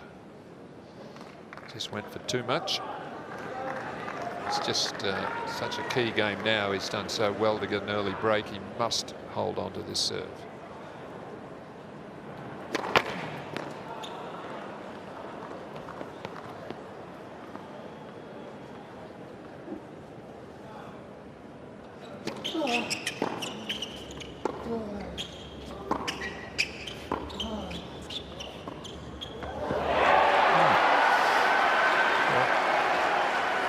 Choice of shot, particularly when he'd won the opening point. No need for him to play that there. He was okay in their own. Look, he's just behind the baseline, so it's got to be absolutely perfect to execute it from there. A little shake of the head saying, why did you do that? Especially over the highest part of the net as well. Yeah. Oh.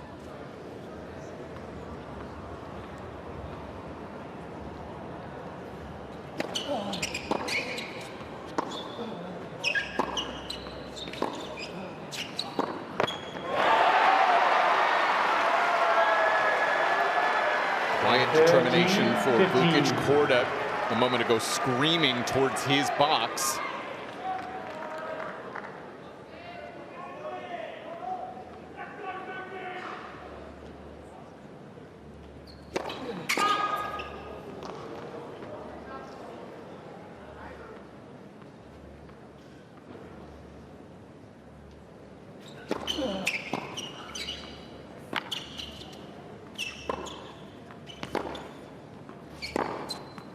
Can't give him that kind of time. No, just not enough on the ball across to his forehand. We've hit the 2-hour mark.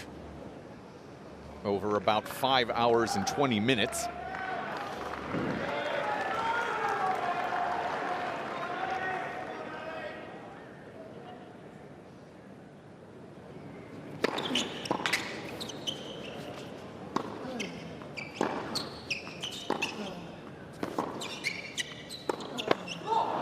Started with quality return, Alan. It did, off the serve. Not that easy to generate pace on that side either from Vukic. Just slow his ball down the middle of the court and he has to create something. He's not running onto it with an angle. Timing is a little different there. 3 of 12 on the day on these break chances.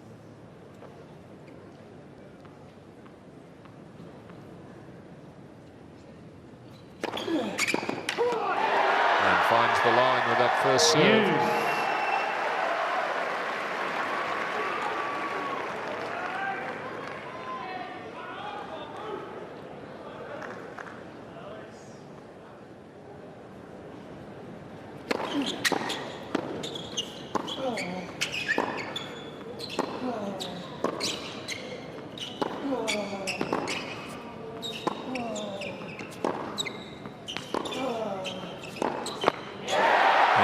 Baseline duel. Hasn't won too many of those, so things are looking up. Advantage Vukic. Yeah, he's won 8 of the 12 baseline points in this set, which is a much better percentage than we've seen through this day.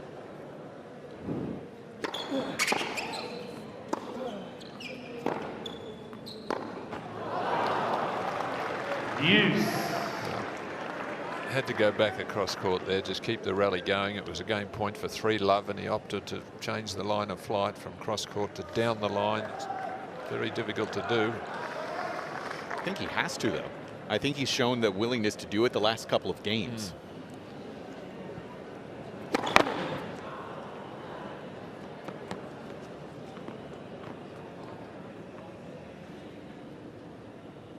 So that's some second ball. A lot of work on that, close to the line. Quality second service that from Alex.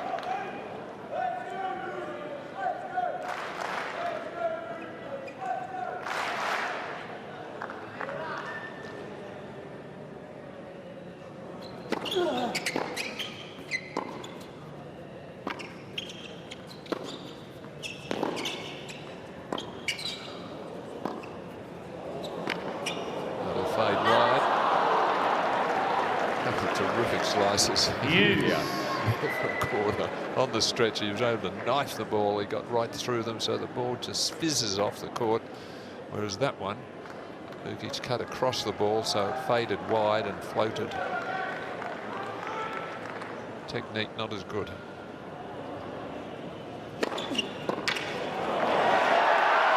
Well, to your point, though, I think it's the decision-making on when to take it up the line. He wants to get back into a forehand trade, no question. He's just has made maybe not on the right ball. Yeah, his backhand's not good enough to down the line to overdo it.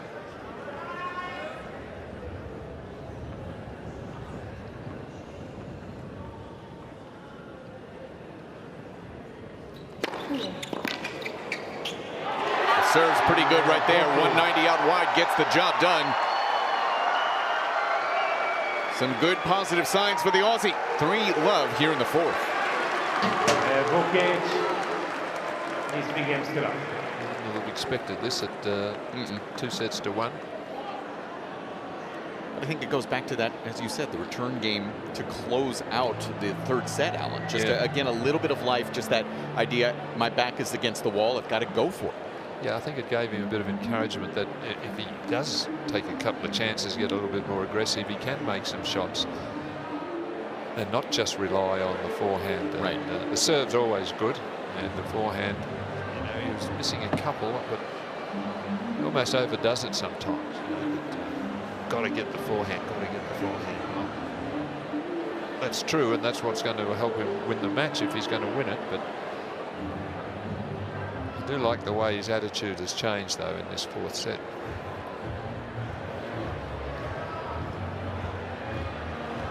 That's where we are. Right time. Mohamed Liani might be losing his voice. Wow, that was a frog in the throat there for Mohamed. I'll send him down a cough drop or something. We've got a couple over there. All of us who travel around the world here, you get all that travel can cause some issues from time to time with your voice. We've all experienced it. Mohamed Liani, throat from the gods. He might be one dealing with it right now. It is Sebastian Korda serving from this near side at love 3.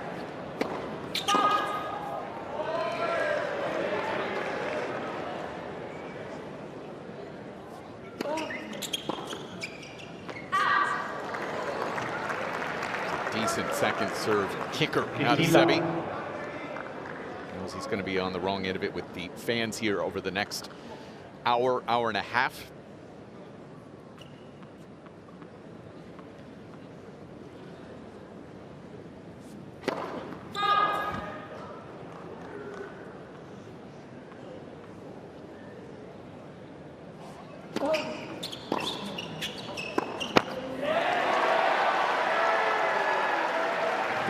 Structure of that right quad.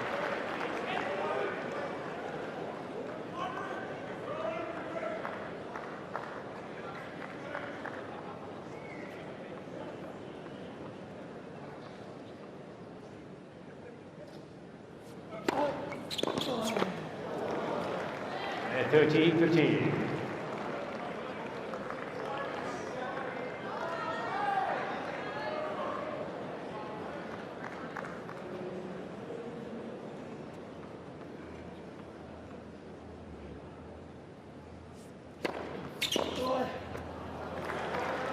Well, after making all 5 returns in the opening return game in this set, Vukic has missed 3 returns here. As a result, looking seemingly easy here for Korda with game points. That is absolutely pure once again. The inside outer gets us to 3-1. Vukic leads 3 games to 1. It's like one of the first times, Alan, that Sebi's been getting any instruction whatsoever here. Looks up again for a little bit of confirmation of what was being told to him.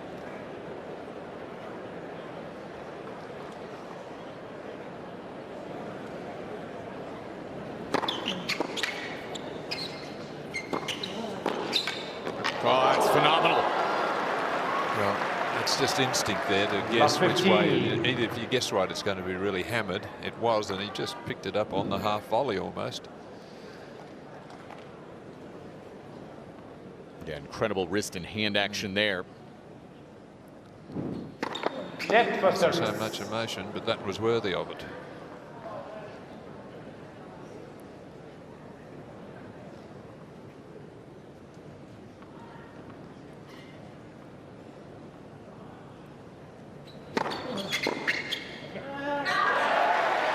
Good serve, jamming in there.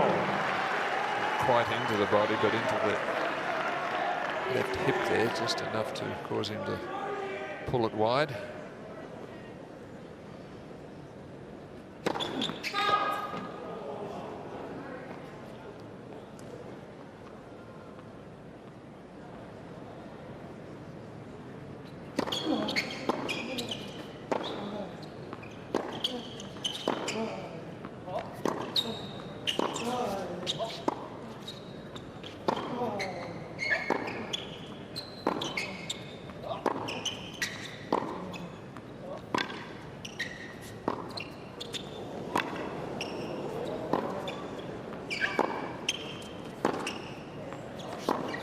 Well, Korda was the first to weaken there and go for the tougher shot.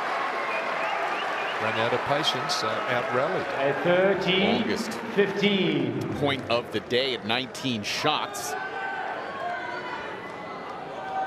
Yeah, most importantly, the backhand-to-backhand trade. You expect Korda to win maybe 70–80% of those.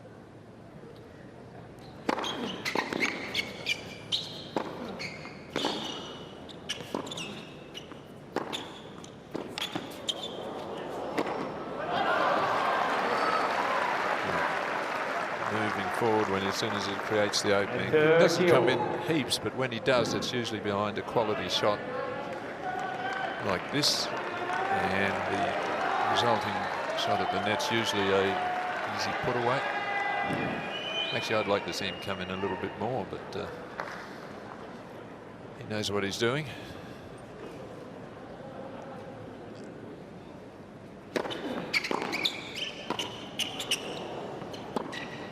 That's a big miss.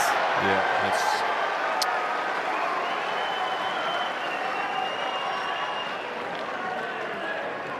40-30. just look at the determination on his face.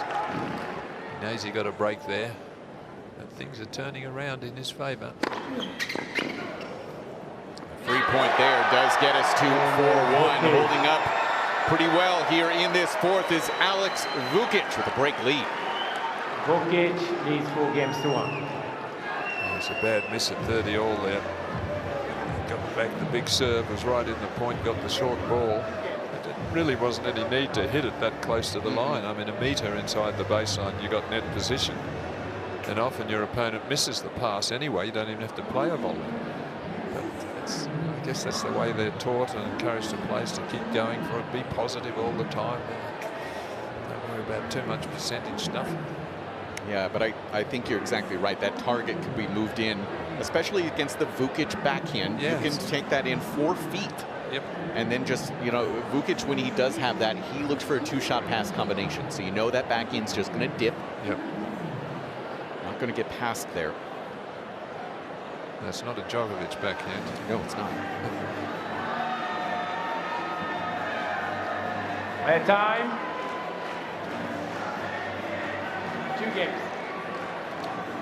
Well, Garden Square very much looking the part here tonight after what's been a rough day of the rain, closing well. And this crowd trying to join along. You get some tennis, you get a show. Yeah, no, they're enjoying it.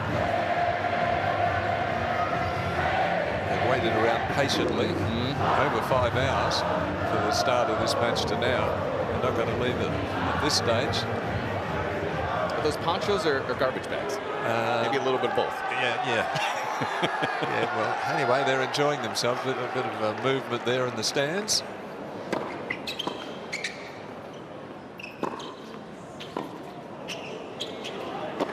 I think the return change that Vukic has made is trying to chip a few more returns. Through the first couple of sets, I think, remember, he serves only 3 times. Did he chip a return just to get it back in play? It's clear that he's decided to open things up a little bit just to get some balls into the court.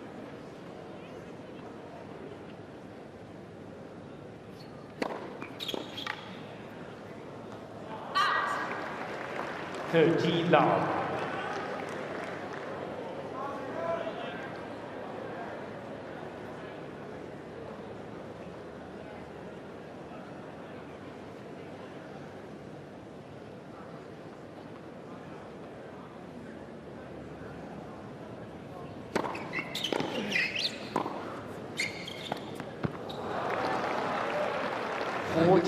Pick up on the half volleys. He's got good hands. Yeah.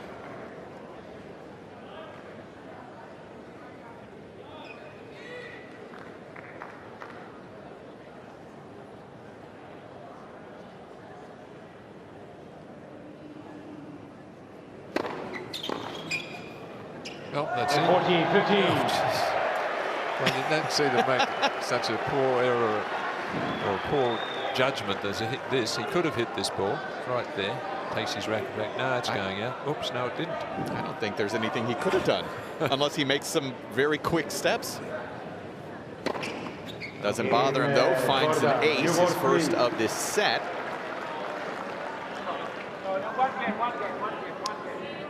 Mohammed has made an error. One game. Oh, Mohammed. Yeah. It just said 2 games and then said ball change right there. cheeky Mohammed. Vukic is 4 games to 2. Keeping us all on our toes. One game.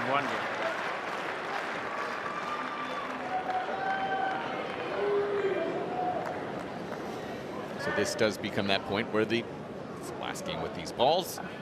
Vukic serve maybe drops a couple kilometers an hour. Yep. Korda pounce. 4-2. Net for service.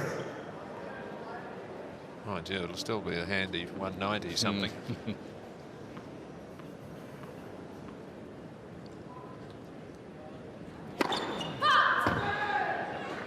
It's 199. It's not bad.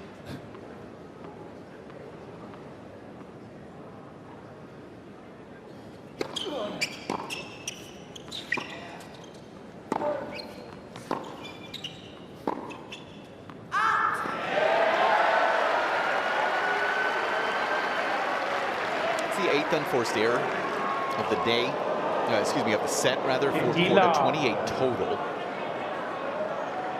Had been a pretty remarkable +16 in the winners to unforced errors heading into this set. That is good, isn't it? I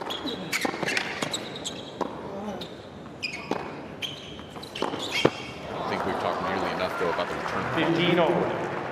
It's been exceptionally good. He hardly ever mishits the ball. He puts his racket onto it cleanly.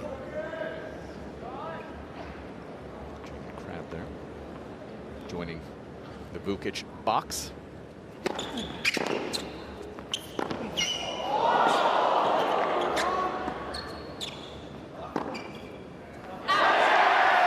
Korda's missed 2 backhands this game, 2 of which he should have made. So looks a little disappointed with himself, 30, really. 15. But this is a remarkable shot to find that kind of pace on the stretch like that.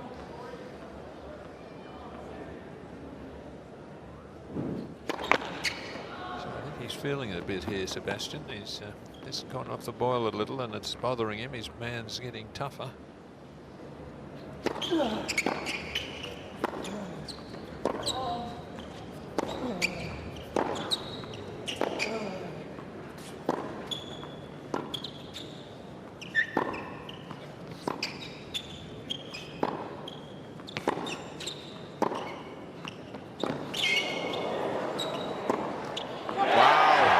Defense. So Korda saying to Mohamed Leani in the chair that there's too much chirping at him in the middle of the point. 40-15. Ladies and gentlemen, please don't disturb the game. Enjoy as much as possible. Please, when and ladies, please. Wouldn't have thought that's been too bad. But when you're on the boil, it is. Yeah.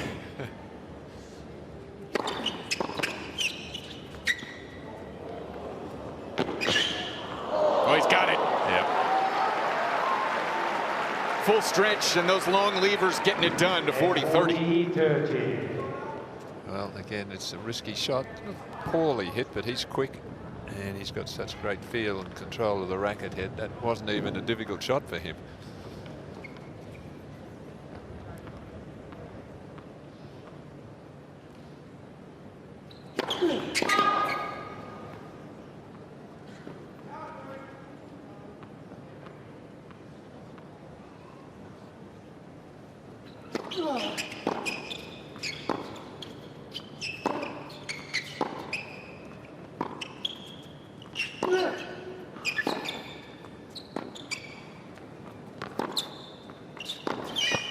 Despite, as you said, appropriately and accurately being on the boil, this is 3 straight games on the return side where he's either been at 30 all or deuce. Yeah. Just continues to put himself in good spots. He'll be ruining those 2 straightforward backhands that he missed earlier in the game. Because Vukic is going to come up with an unplayable serve, I feel, in the next couple of points.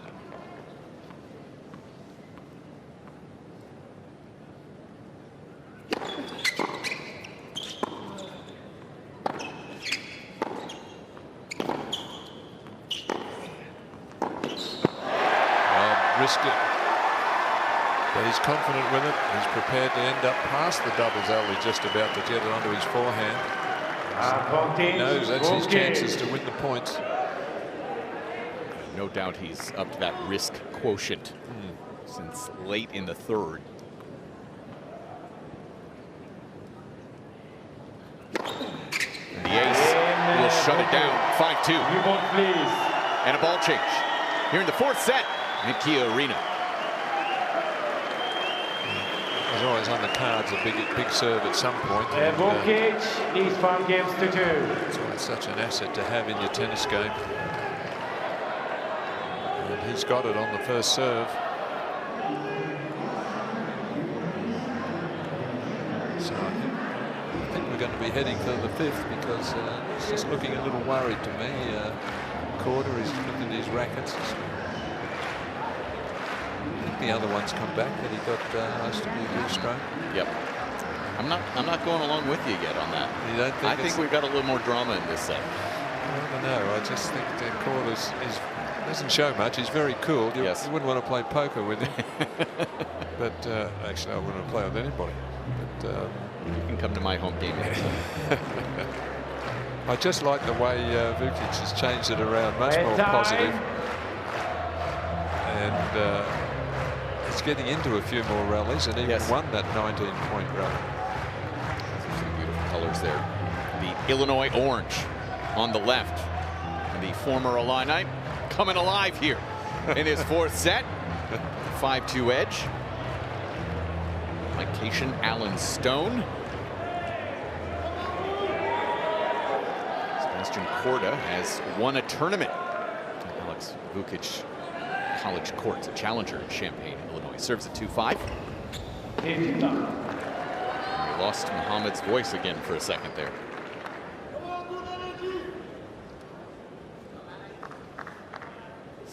On the day.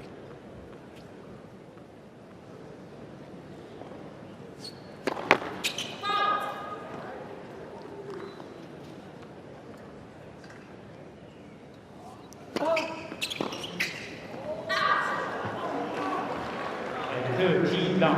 he hasn't moved back. I think he's got a bit more confidence in his game at the moment, so he's going to continue to press and didn't miss by too much. But he may as well do that. He's ahead. Things are going well. Agreed. Yep. With the second serve as well. Yep.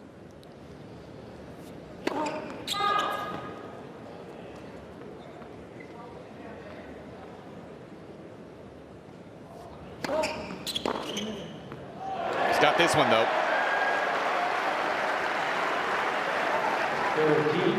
13-15. Third return winner of the match. All of them have come, Alan, in this fourth set.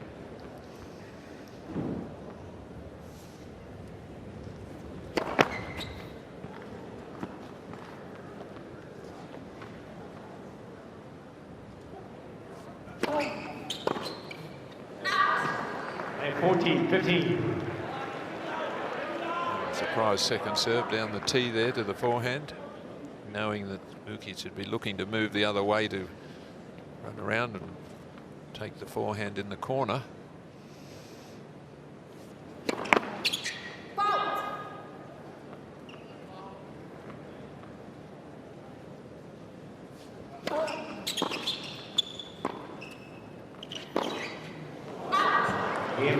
Swing, and that's a good, comfortable hold there for Sebi Korda to force the issue.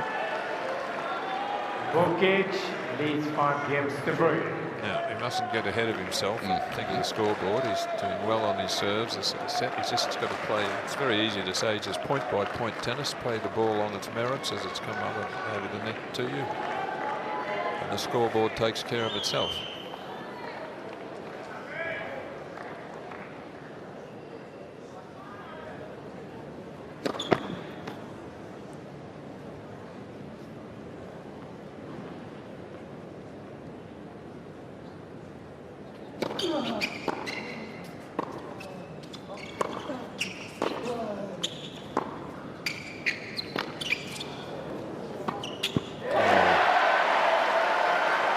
Sloppy, really. He's given the opportunity to come in off a really weak sort of backhand from Vukic. And he was just a bit casual with it. I just don't think he read it well. Yeah. It was a pretty average attempt, wasn't it, from him? Yeah, I think he expected depth and it just didn't come. He had nothing on it at all. Yeah. 30 love.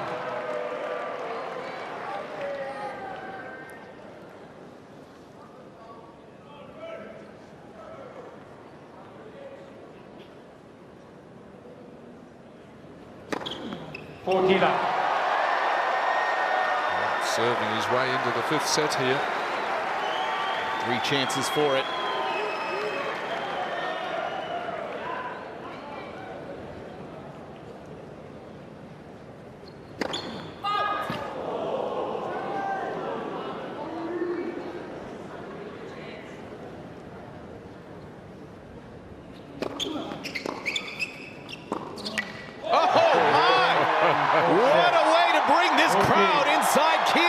To their feet. Alex Vukic storms back in the 4th, 6-3, and we're headed to the decider. Korda will be the one serving first to start this 5th set.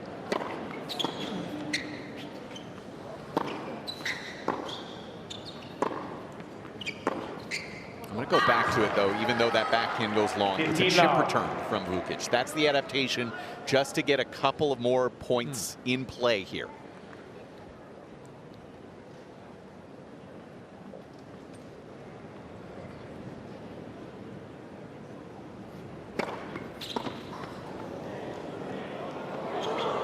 Yeah, that is angrily put away. 13 down.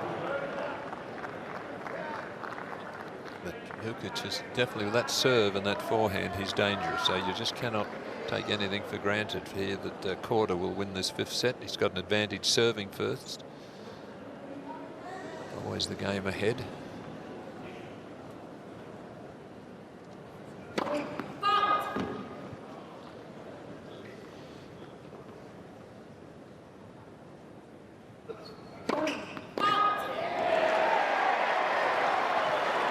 Check, that is the first of the day. Yeah. 16 aces, 1 double is a pretty decent ratio, Alan. That's very good. This is not the time to start serving the odd double fault, the 5th set.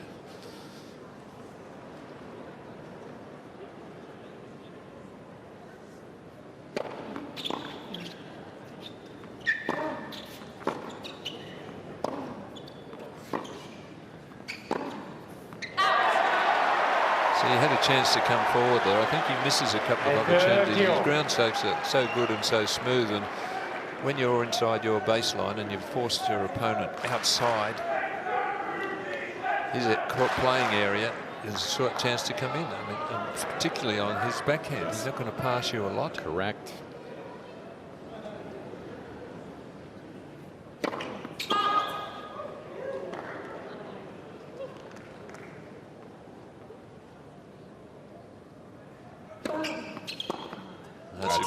Quality second serve there. Very good, curling into that left hip.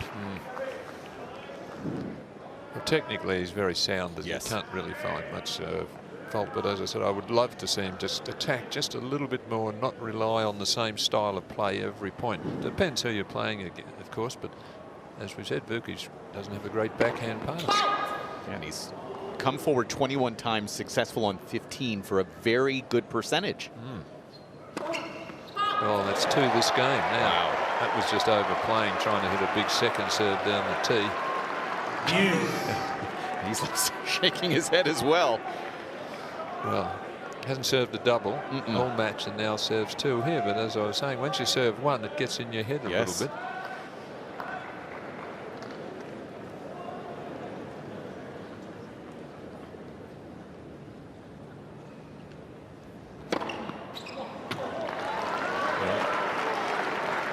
Advantage, Korda. Again, the accuracy proving the key. I mean, it really is an accurate serve.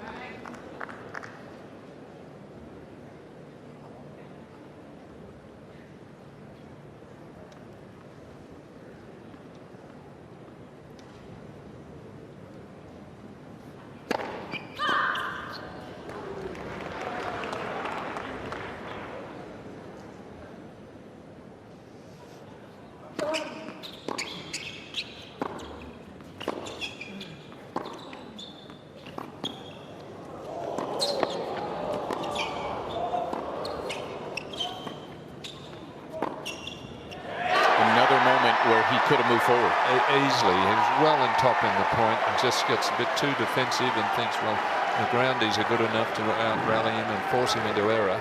I think it's an area that he needs to pick up on.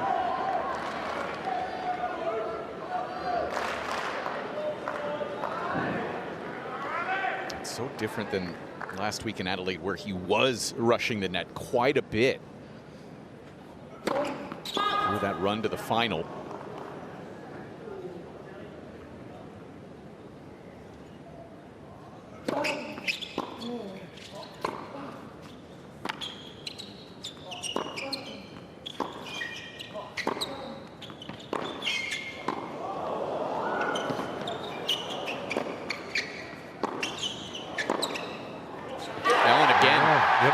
Yep. Yes, he's paying the price for being too passive from the back of the court. I mean, he's not hitting passive ground strokes, but passive as in attitude of refusing to come forward. Advantage, Vukic.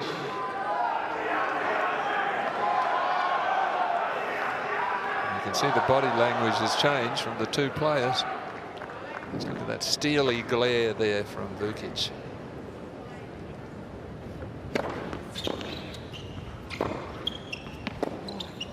Oh, gee, I don't know how he missed that from him. Well, look at that wind. Yeah. That ball floats a little bit, and suddenly it's into his belly button. He got it a bit cramped up, didn't he? Yeah.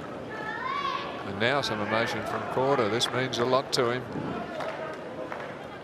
And he knows how good a serve Vukic has got. If he drops serve, right, be that easy to break back.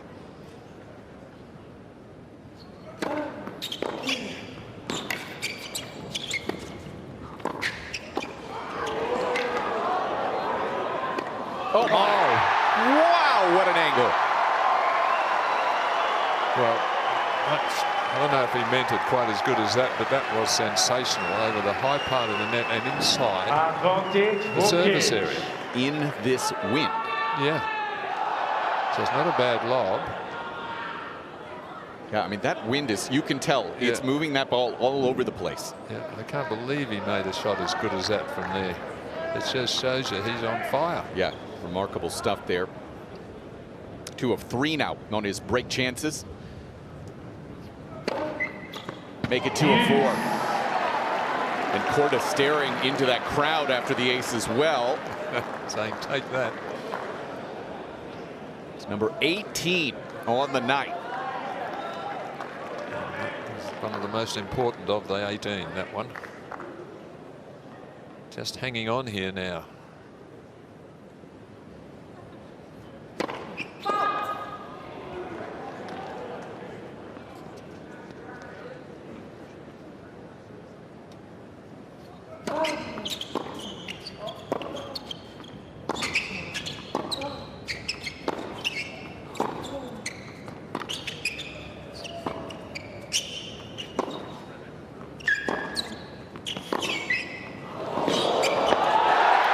Sometimes he's gotten burned with that shape on the forehand. This time he's there, flattens it out for that ball up the line, drawing the air.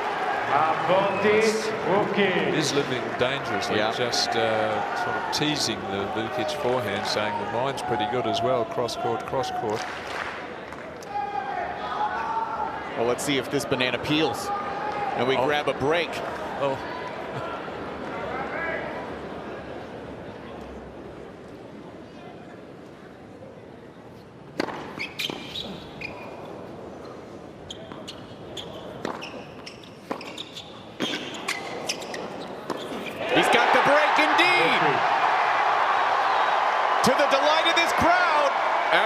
Vukic in control of his destiny with a 1-love lead here in the 5th. Well, he hit some remarkable shots in that game, you have to say. None better than that overhead. And then he was a little bit lucky there that that lob, the high ball, the wind helped it stay in and a difficult shot to handle. Forehand pass, we know he can make that off the forehand. And just look at that.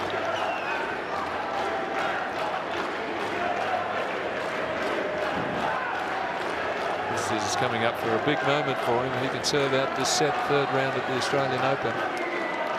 uncharted waters. That means it's 5 sets. All 5 sets where we've had an early break. Yep, yeah, exactly right. And 3 of them have been against Korda. That has changed drastically. That win Thank predictor. you. Ready for play. Thank you. To 68% for Vukic, with Vukic really on the wrong end of it at the beginning of this match. He serves here at 1-love. Oh, hello. Love 15. And just with the minimum of effort, there's a little short backswing and a jolting off backhand with the two-hander. We're starting to see some sensational shots in this match. 15 Not to mention all these aces as well. Yeah, it's really interesting. Those first 3 sets, rather drama-free. Yeah. Right? Yeah. It's not because of poor quality, just there wasn't a lot of drama. Now we're starting to get into that a little bit.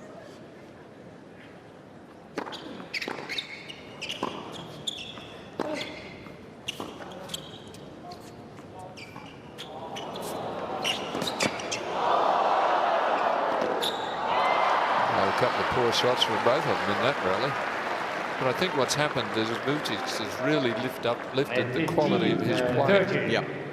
Korda's been about the same most of the match, but it's all of a sudden Vukic has become inspired. And the crowd's lifting him, and he is playing some wonderful tennis. But he is in trouble here, 15-30.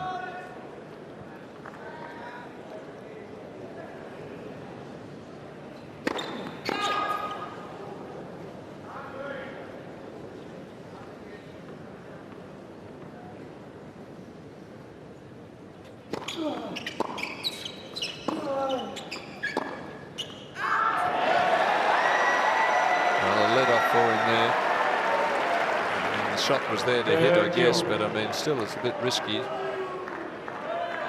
He struck the ball well, but there's not a lot of room there. So, a half chance gone.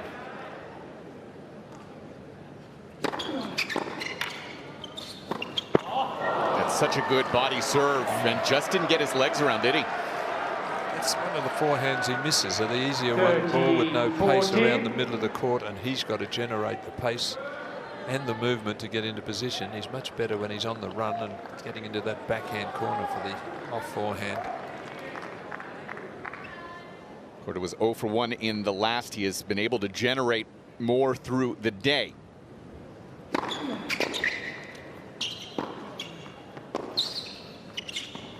Oh, wide. Well, Yeah. Well, that's disappointing.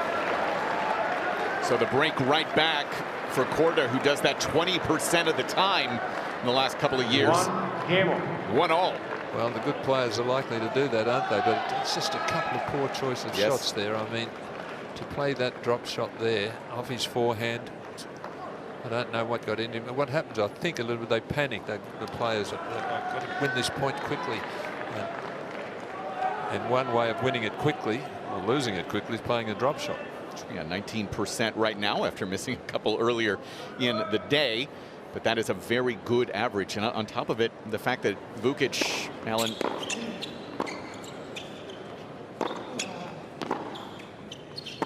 I think you're exactly right with that panic idea. But on top of it, getting that break, that finish line suddenly is very much right in front of you. Well, he missed an easy forehand at 30-all too. So perhaps the pressure's going to tell for sure. Mm-hmm.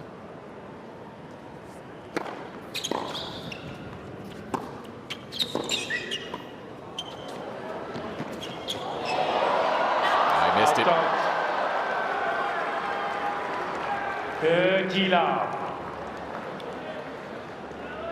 And interestingly, I believe the breakback average for Vukic is actually 10%, something he doesn't do well after he gets broken. Well, returning's not his best strength, as we've seen.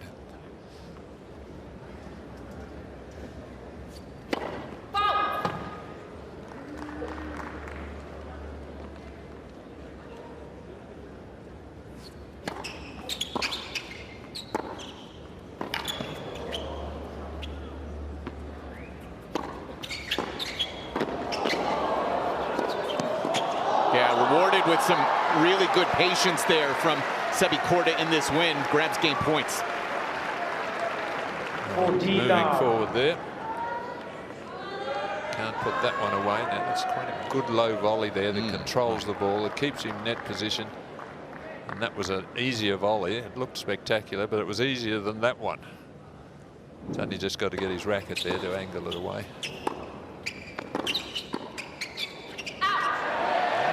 Coming forward, I like to see that. To play an awkward volley that he just missed, but good time to come in at 49. Did you see that look between the two of them there? No. Vukic went right through him. Totally legit play, but Yeah. Korda just looked to see if there was going to be an apology there. I didn't think there was anything in that much, mind you. I'm an Aussie like he is.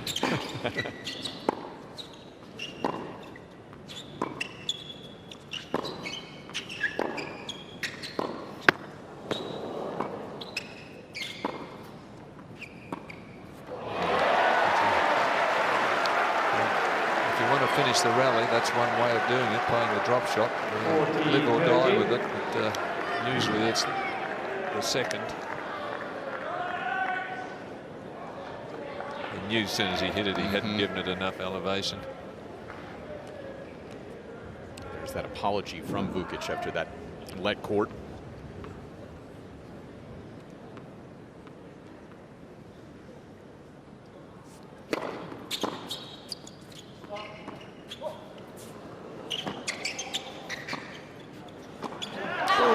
Just missing. Oh, he was lucky to get out of that corner. Oh, goodness. Well, it's been a little bit of a feisty and testy start to this fifth set. We've traded breaks. It's 2-1. Don't know what's got into his mind, or the two of them, about drop shots. They've got something's happened. They started playing 6 hours ago, Alan. Yep. A lot of on and off the court. Mentally, that's challenging. Yeah. And maybe some of the decision makings might go right here. See, here's this point, that ball right into Korda's body. And Korda just taking a look, right? Not too much into it, but just a look. Probably annoyed with himself that he missed the volley. He sort of stumbled into it. Or do we want to start beef? Just a look between the two. Yeah, that's a little look. Well, you know, it's all right. It's a one-on-one contest. Absolutely. Two guys who are pretty well respected and well liked in the locker room, though, so I don't think we're going to see much of it after that moment. When they're both desperate to win. Yes. You know, it's a big match, third round, a lot of money and points at stake. Plus, you've got a chance to progress further. That's the important thing. And the winner gets either Jack Draper or Thanasi Kokkinakis. Those two have split over on Cain Arena. Interested in the physical battle between those two guys who have dealt with a lot of injury and issues through the last couple of years. Vukic, 1-2. Not quite as confident looking as 2 games ago. Tequila.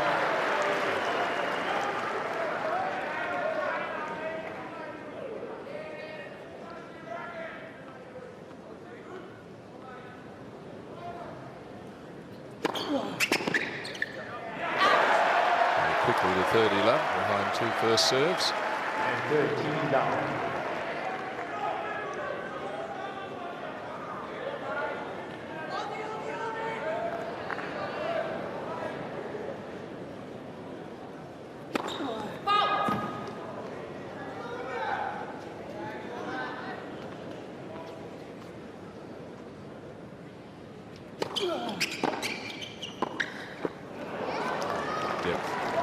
I think this unreturned serve component here, something we've been talking about especially a lot through the first 3 sets. It's flipped a little bit here in the last 2, Alan. Vukic is getting a few more returns back in play, getting a few more easier points on his serve.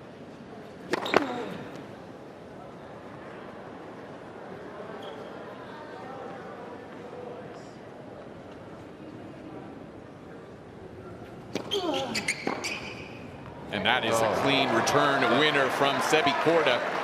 That wasn't easy. It was up high. He had to hop off the ground to really reach it and get it down into the court. That was really a terrific shot.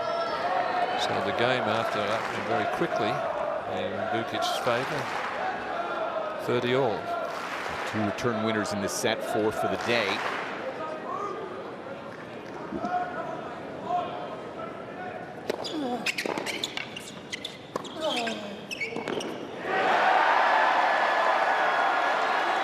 Just couldn't get enough depth on the return after the quality serve. And he was vulnerable then to either side of the court from the forehand. And he goes back with the wrong footing one.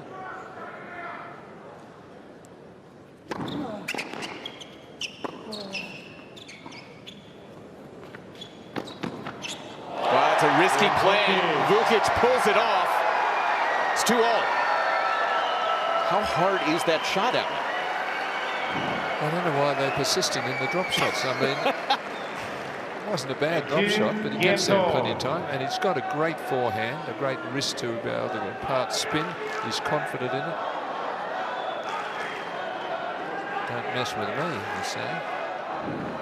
So I'd be putting it away in the racket bag, the drop shot. It cost him his serve a couple of games ago, Vukic.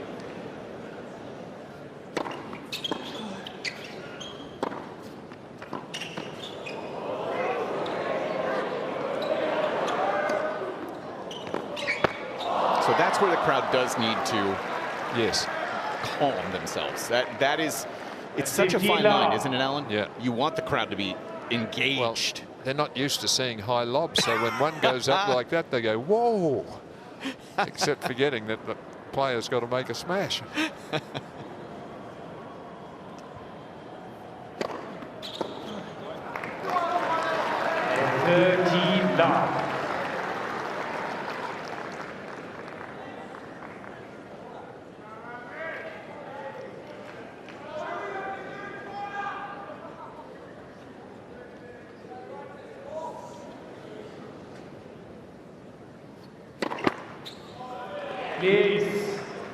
See, this is where it's uncalled for, where they make some noises after a fault.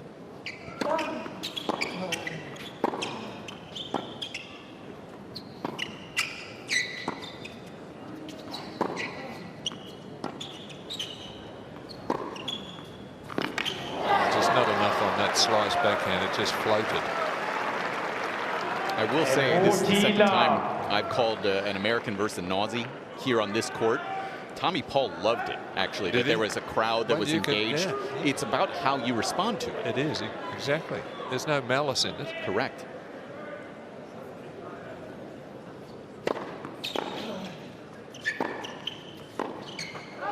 That's a nice, comfortable hold to love first easy hold of this set. Gets us to 3-2.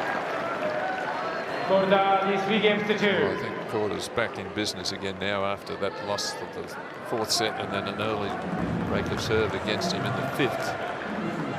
He seems to have regrouped. I don't think we'll see him lose another service game. Well, it's a bold statement there, Alan. Yes, well, I have been wrong before. So yeah, you said it wasn't going to rain again, and then it rained again. Well, it's going to rain somewhere. That is true. Around the world, somewhere locally, somewhere there is rain. Somewhere there's snow. I should know better, being a Melbourne resident. And I've been in tennis courts here for a long time, watching it and sitting in commentary booths, watching the clouds roll in and predicting.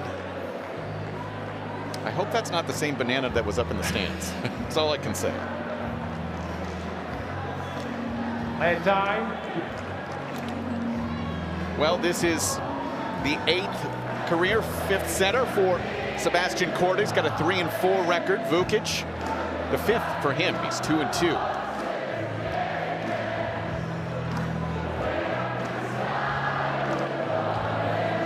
Okay, the banana is safe. It was not that banana that Alex Vukic was eating in our sit-down. Thank goodness. Taking him a while to get through that.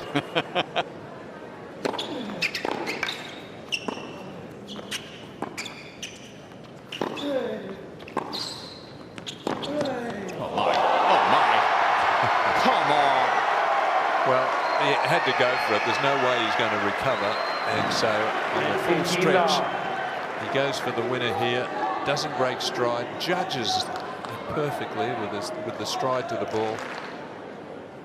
As I said, he had to go for the winner, and he's got a great forehand.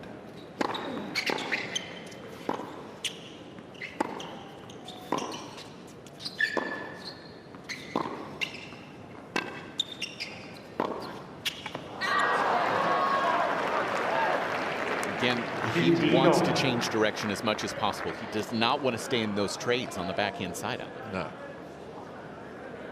But that's such, again, he's hitting that ball off the shoestrings to try to change directions. It's challenging. It's when it's not your most comfortable shot, you don't want to have to play the more difficult one.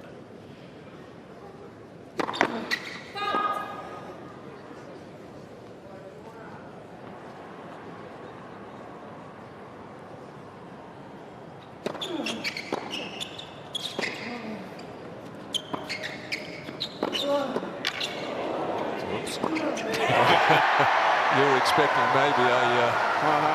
I was thinking about it. Is that going to be a tattoo right in the chest? Well, it was too easy a ball. He didn't have to do it to hit it at the net man here. He could have hit this one anywhere, and he just chooses to go that way. He could have left an imprint of the brand of the ball, though, on Sebastian.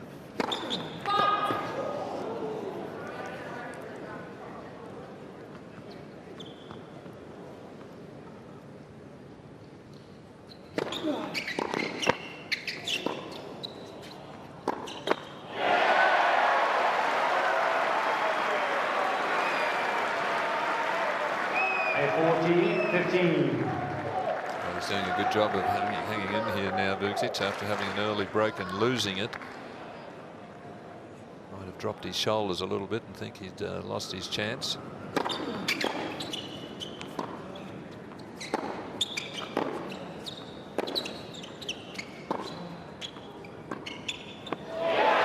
not going to be thrilled with that, are you? No. I just don't get it. Why they're playing so many, and particularly it's different if you're winning all the points with it. That's just totally confusing the guy and he can't read it. But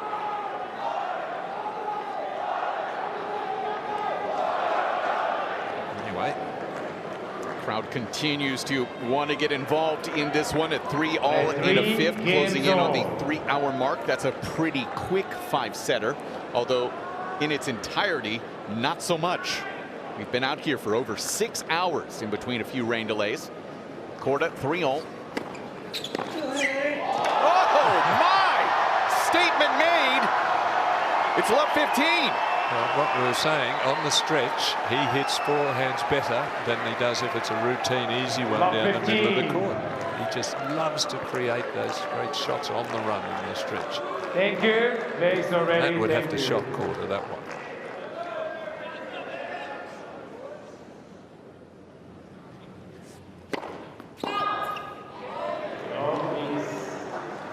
He's hit 20 forehand winners.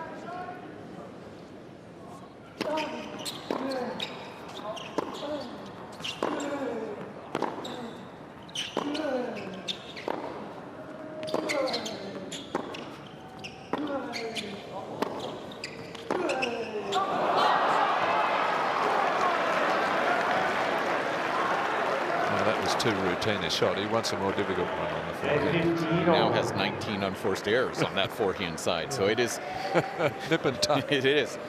But again, I think you and I keep going back to that idea, that risk for him. He's taking more risk, and it's allowing him to have opportunity. And then with that risk will come some mistakes like that.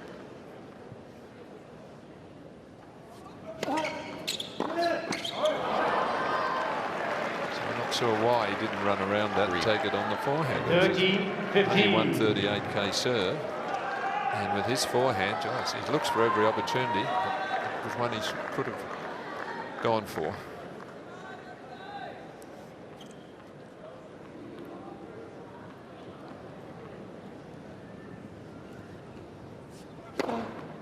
On the line. Third of the set for Sebi, 19th on the day.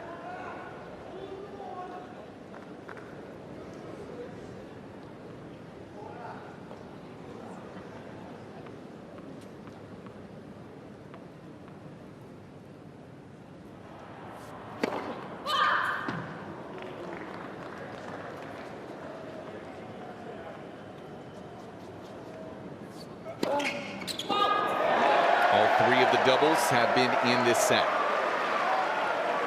Notice he just rubbed his chest and stomach area there as he turned around.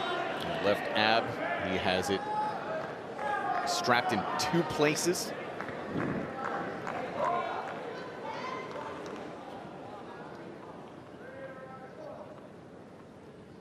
Yeah, you're exactly right. Cain. But bounces right back. Your ball, please.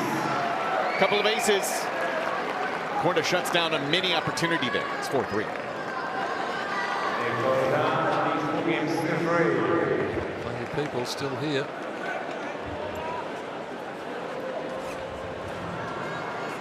Racket bag, new balls, another racket. Yeah, it's gotten really tense. Shipnick there. Everything seemed to be so comfortable for a good stretch of this one, even after losing that first set.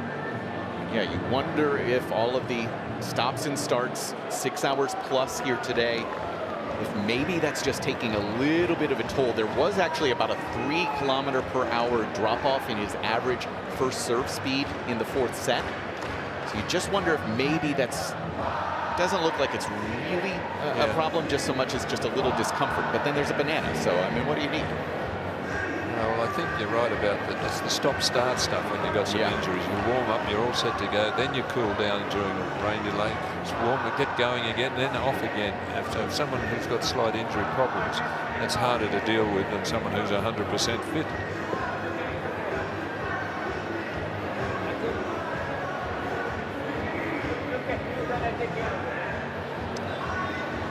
So Sebi and Mohamed Layani there couldn't quite hear that entire chant.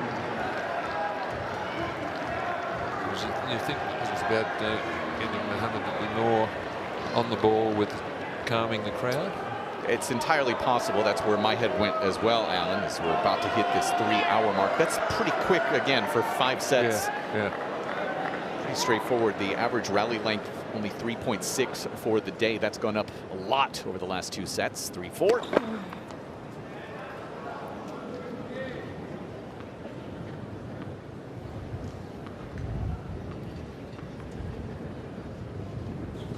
The wind ruffling his shirt there.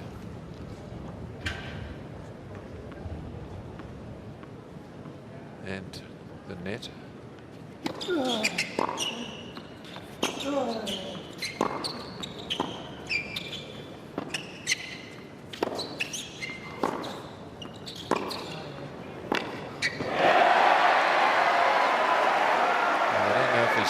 But that was a tired-looking shot. He took one big step to try to reach that backhand instead of moving his feet a couple of little steps. It's usually there like that. When you see that, someone's getting a bit tired. Although he's also a little bothered with the breeze, I think. Well, it's more than a breeze. Yeah.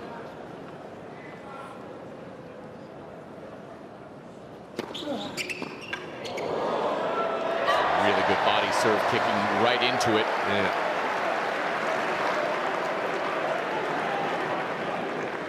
And 13.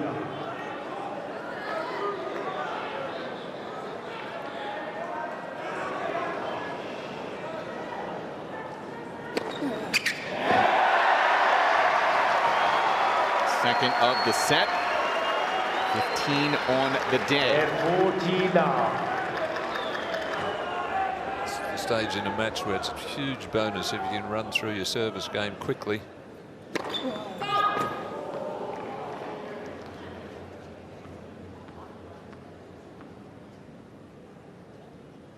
He does just that.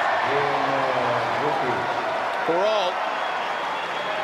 Well, that means you've quickly got the pressure back on your opponent, and you often feel like you've just finished serving, and before you know it, you're serving again. And these 4 guys right on top of Sebi Korda right now, where he's toweling off.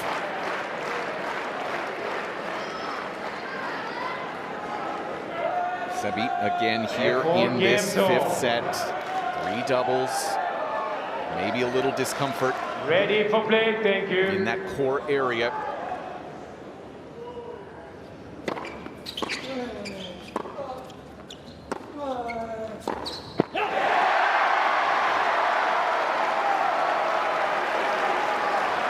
Love 15.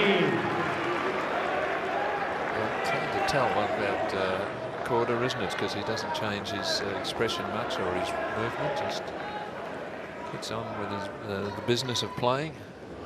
Whereas Vukic is much more expressive, much more emotional.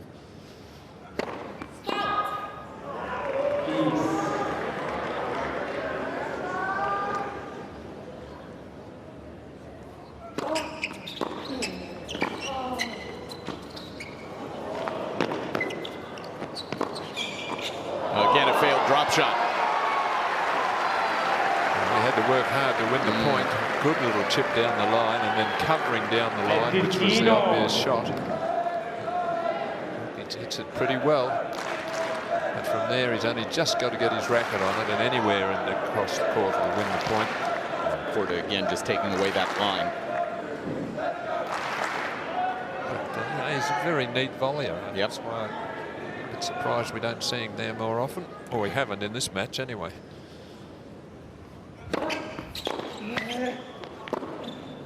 To a wide open court, perfectly struck. 30-15.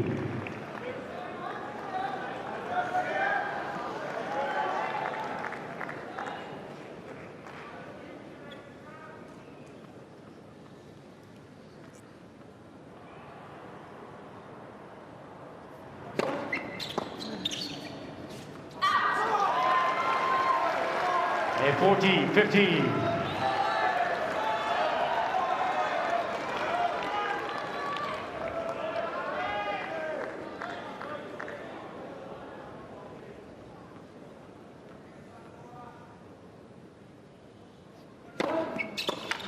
Well, Sebi Korda with the roars. He's put the weight back on the shoulders of Alex Vukic.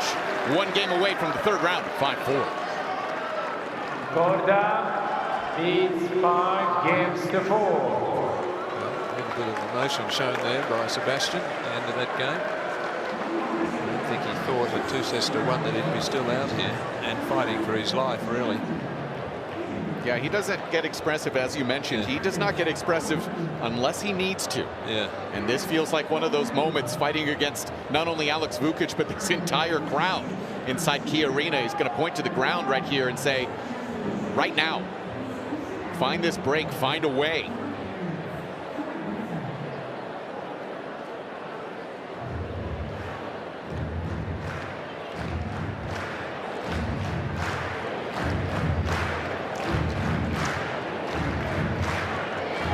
Music comes on halfway through each break just to get the crowd fired up a bit more.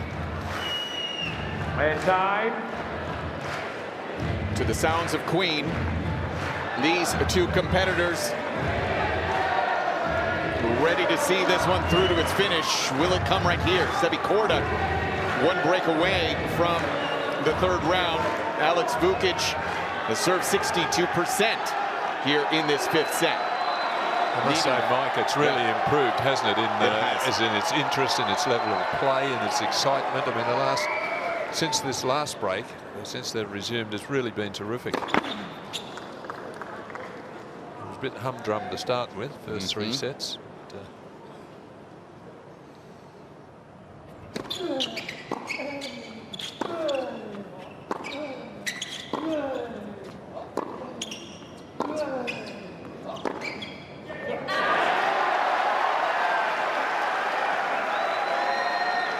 The backhand has been leaking for Korda. 6 unforced errors on that side here in this set.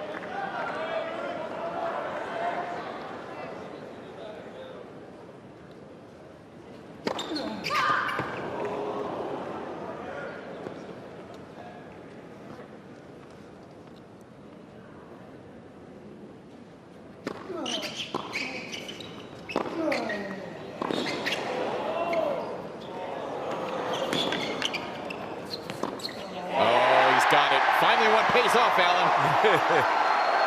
Well, he got the shot he wanted, a running forehand. Something that challenged him a little on the forehand. But that's the first time that Korda hasn't covered line. Yeah. Right? It's been a pretty typical pattern. Drop shot there. And with Korda popping it up the line, Vukic goes up the line every time. He's missed all 3 first serves here in this game.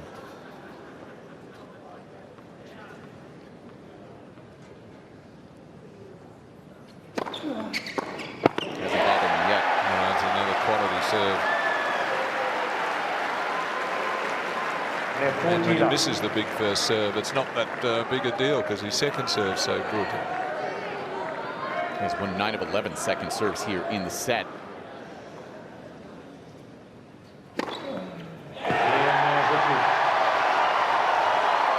Five all in about 63 seconds. Well, the crowd are glad they stayed around. Yeah, Aussies on 2 consecutive courts here. Vukic here, Kokkinakis over on Cain Arena. Tanasi trying to close out on his serve, the 3rd set over Jack Draper. It is potential that the 2 Aussies could meet in the 3rd round, but we still have some ways to go here.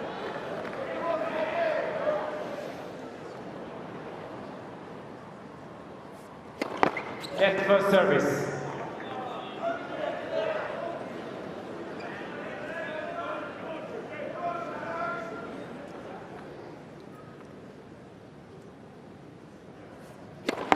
Left first service.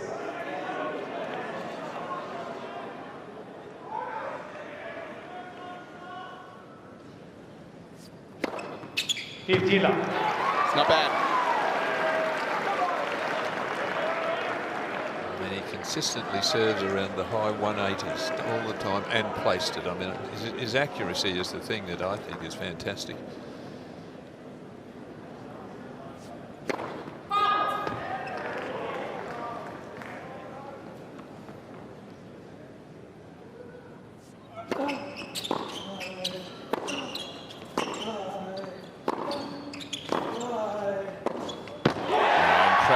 That ball skidding through.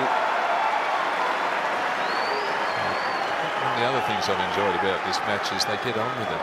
They don't bounce the ball 15 times for the first serve and the second serve. They're not going back waiting for the clock to wind down to 25 seconds, toweling down. They're playing within 10 seconds and everybody's enjoying this really continuous play, continuous action. No, please.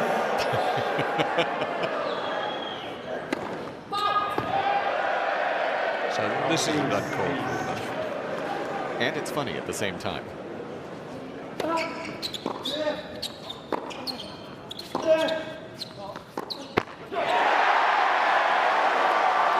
Unless you're Sebastian Korda. Yeah, not funny to about 6 people in this entire arena. That's one of them. Sebi Korda's another, and his team, the rest of them. Big moment for Alex Vukic. Korda missing that forehand down the line. He's better with the cross-court one. That's his more favourite one. Thank you.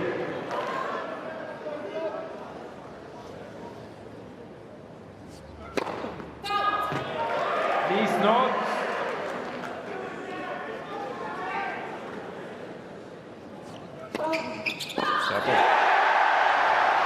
What a moment for Alex Vukic. 2 chances late in the 5th in his home slam.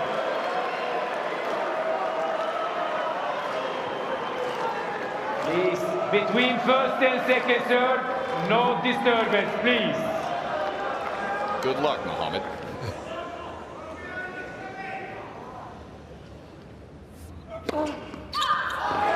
Just can't find the first serve this game. Close, but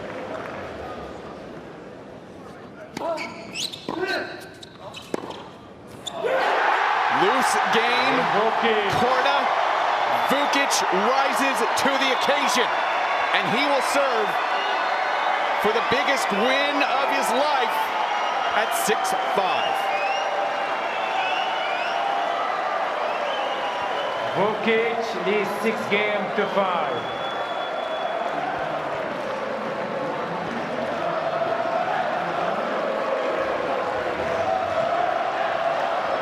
We got some positive expressions a few moments ago and a very negative one for Sebi Korda.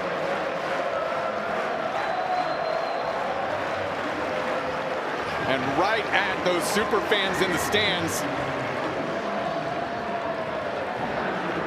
just like his collegiate net nuts back at the University of Illinois, plays to the crowd. Dad, nervous, knows what's at stake here. Jamin Pratt, now as he coaches, looking a little bit, well, hopeful, I'd say the word would be. He doesn't need to look hopeful, because I think his man's in fantastic shape, and with his serve, he's bound to get a few free points. So you'd have to say he should serve this out. Sebi Korda breaks back at a 20% clip. Can he find one more? Alex Vukic trying to shut it down and move into the third round of the Australian Open for the first time in his career at 6'5".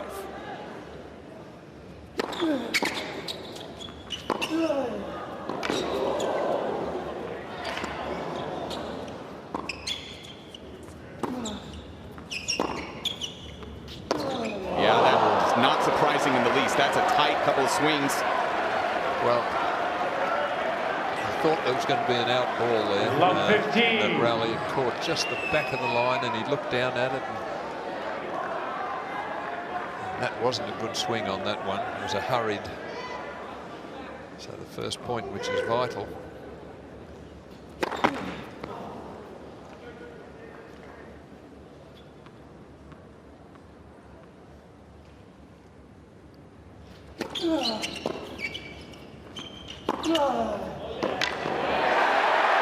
Very good body serve, smart serve there. He knew it'd get a short reply, and he'd be able to then deal with it with the forehand.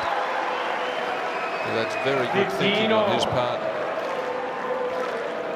He's looking for one of those big first serves of his. Percentage has dropped here in this fifth set, Alan. He's down to 56%. The big thing for him, he's winning 83% of those second serve points.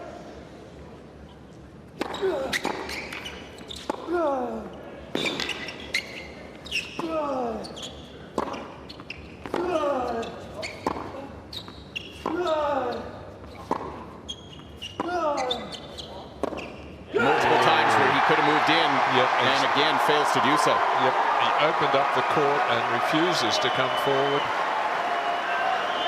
When he would have got certainly would have had a volley. But that's not been the way he's playing this match. And 13-15.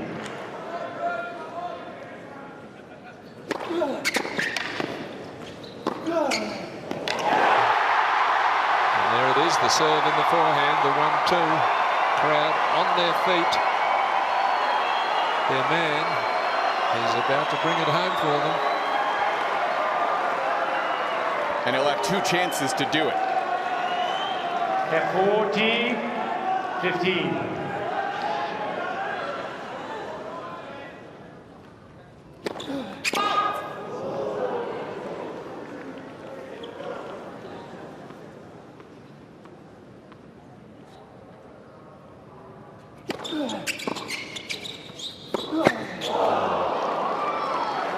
Very good return off that serve, just stabbed it back, and Vukic needed the ball a little bit higher bounce for him there for his big off forehand. It kept a bit low. It's off pace though, and that has been a real issue for him through this entire day. Yep. At 14, well, looking for a big serve.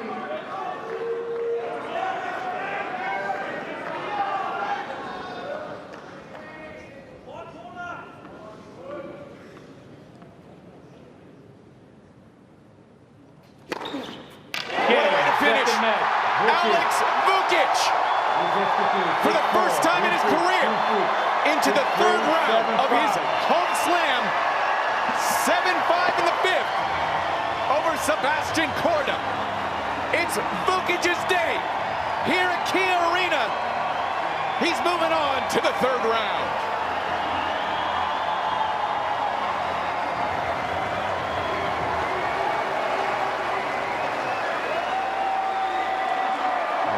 Crowd still standing and applauding.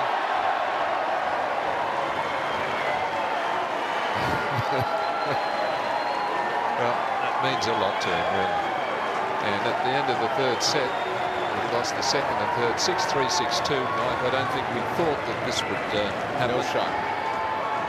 But look, even the last game of the third set, when he played a couple of really attacking shots and then came out and looked positive.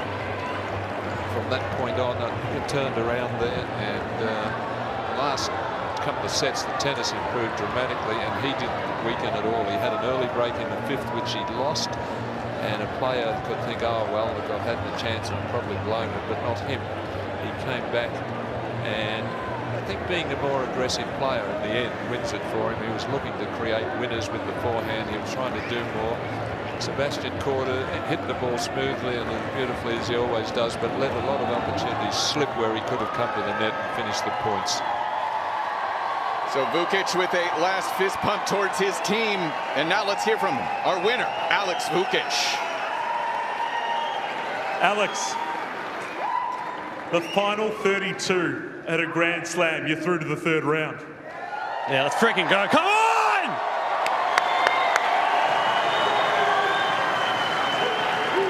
What a long day. 6.5 hours after you started, that match finally finishes on and off the court multiple times. You must be both physically and mentally drained. Yeah, this is the most Melbourne day I've ever experienced in my life. It's bloody freezing right now. We started off and it was actually not too bad, and then yeah, it was so long that I think, you know, in that second set when we went off, I thought maybe that was it for tonight, and then we came back on and I was pretty slow, but you guys were unbelievable. So thank you guys so much.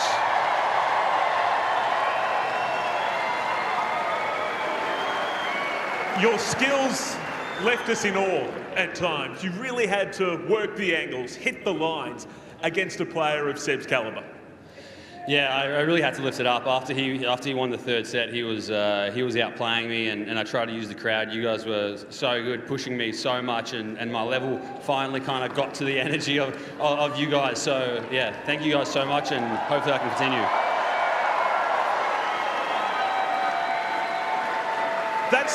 That's the highest ranked player that you have ever beaten. He's world number 22. You've never beaten a player ranked that high. How much confidence do you take out of that and the fact that you have now succeeded in back-to-back 5-set matches? Yeah, I've had a few good wins, but that one in a Grand Slam, yeah, in a 5-setter is really nice. It's so good winning in 5 sets. It'd be nicer to win in 3, but it's still, I think, you know, winning in 5 in Australia, it's, yeah, I'm tired, but I'm pretty awake as well. So yeah, I'll take it. There's another match unfolding on the other side of the precinct between Thanasi Kokkinakis and Jack Draper. Potentially an all-Aussie affair, potentially Jack Draper. You've got to prepare yourself, but that's going to be a big game regardless of the opponent. Yeah, tonight I'm gonna get some sleep, and then tomorrow I'm gonna think about whoever I play. And yeah, I mean, listen, it's not supposed to get easier from here, so I'm looking forward to the challenge, and let's see what happens. Alex, it's uncharted waters for you. How wonderful. Third round of a Grand Slam. Congratulations, mate. Thank you, everyone. Thank you.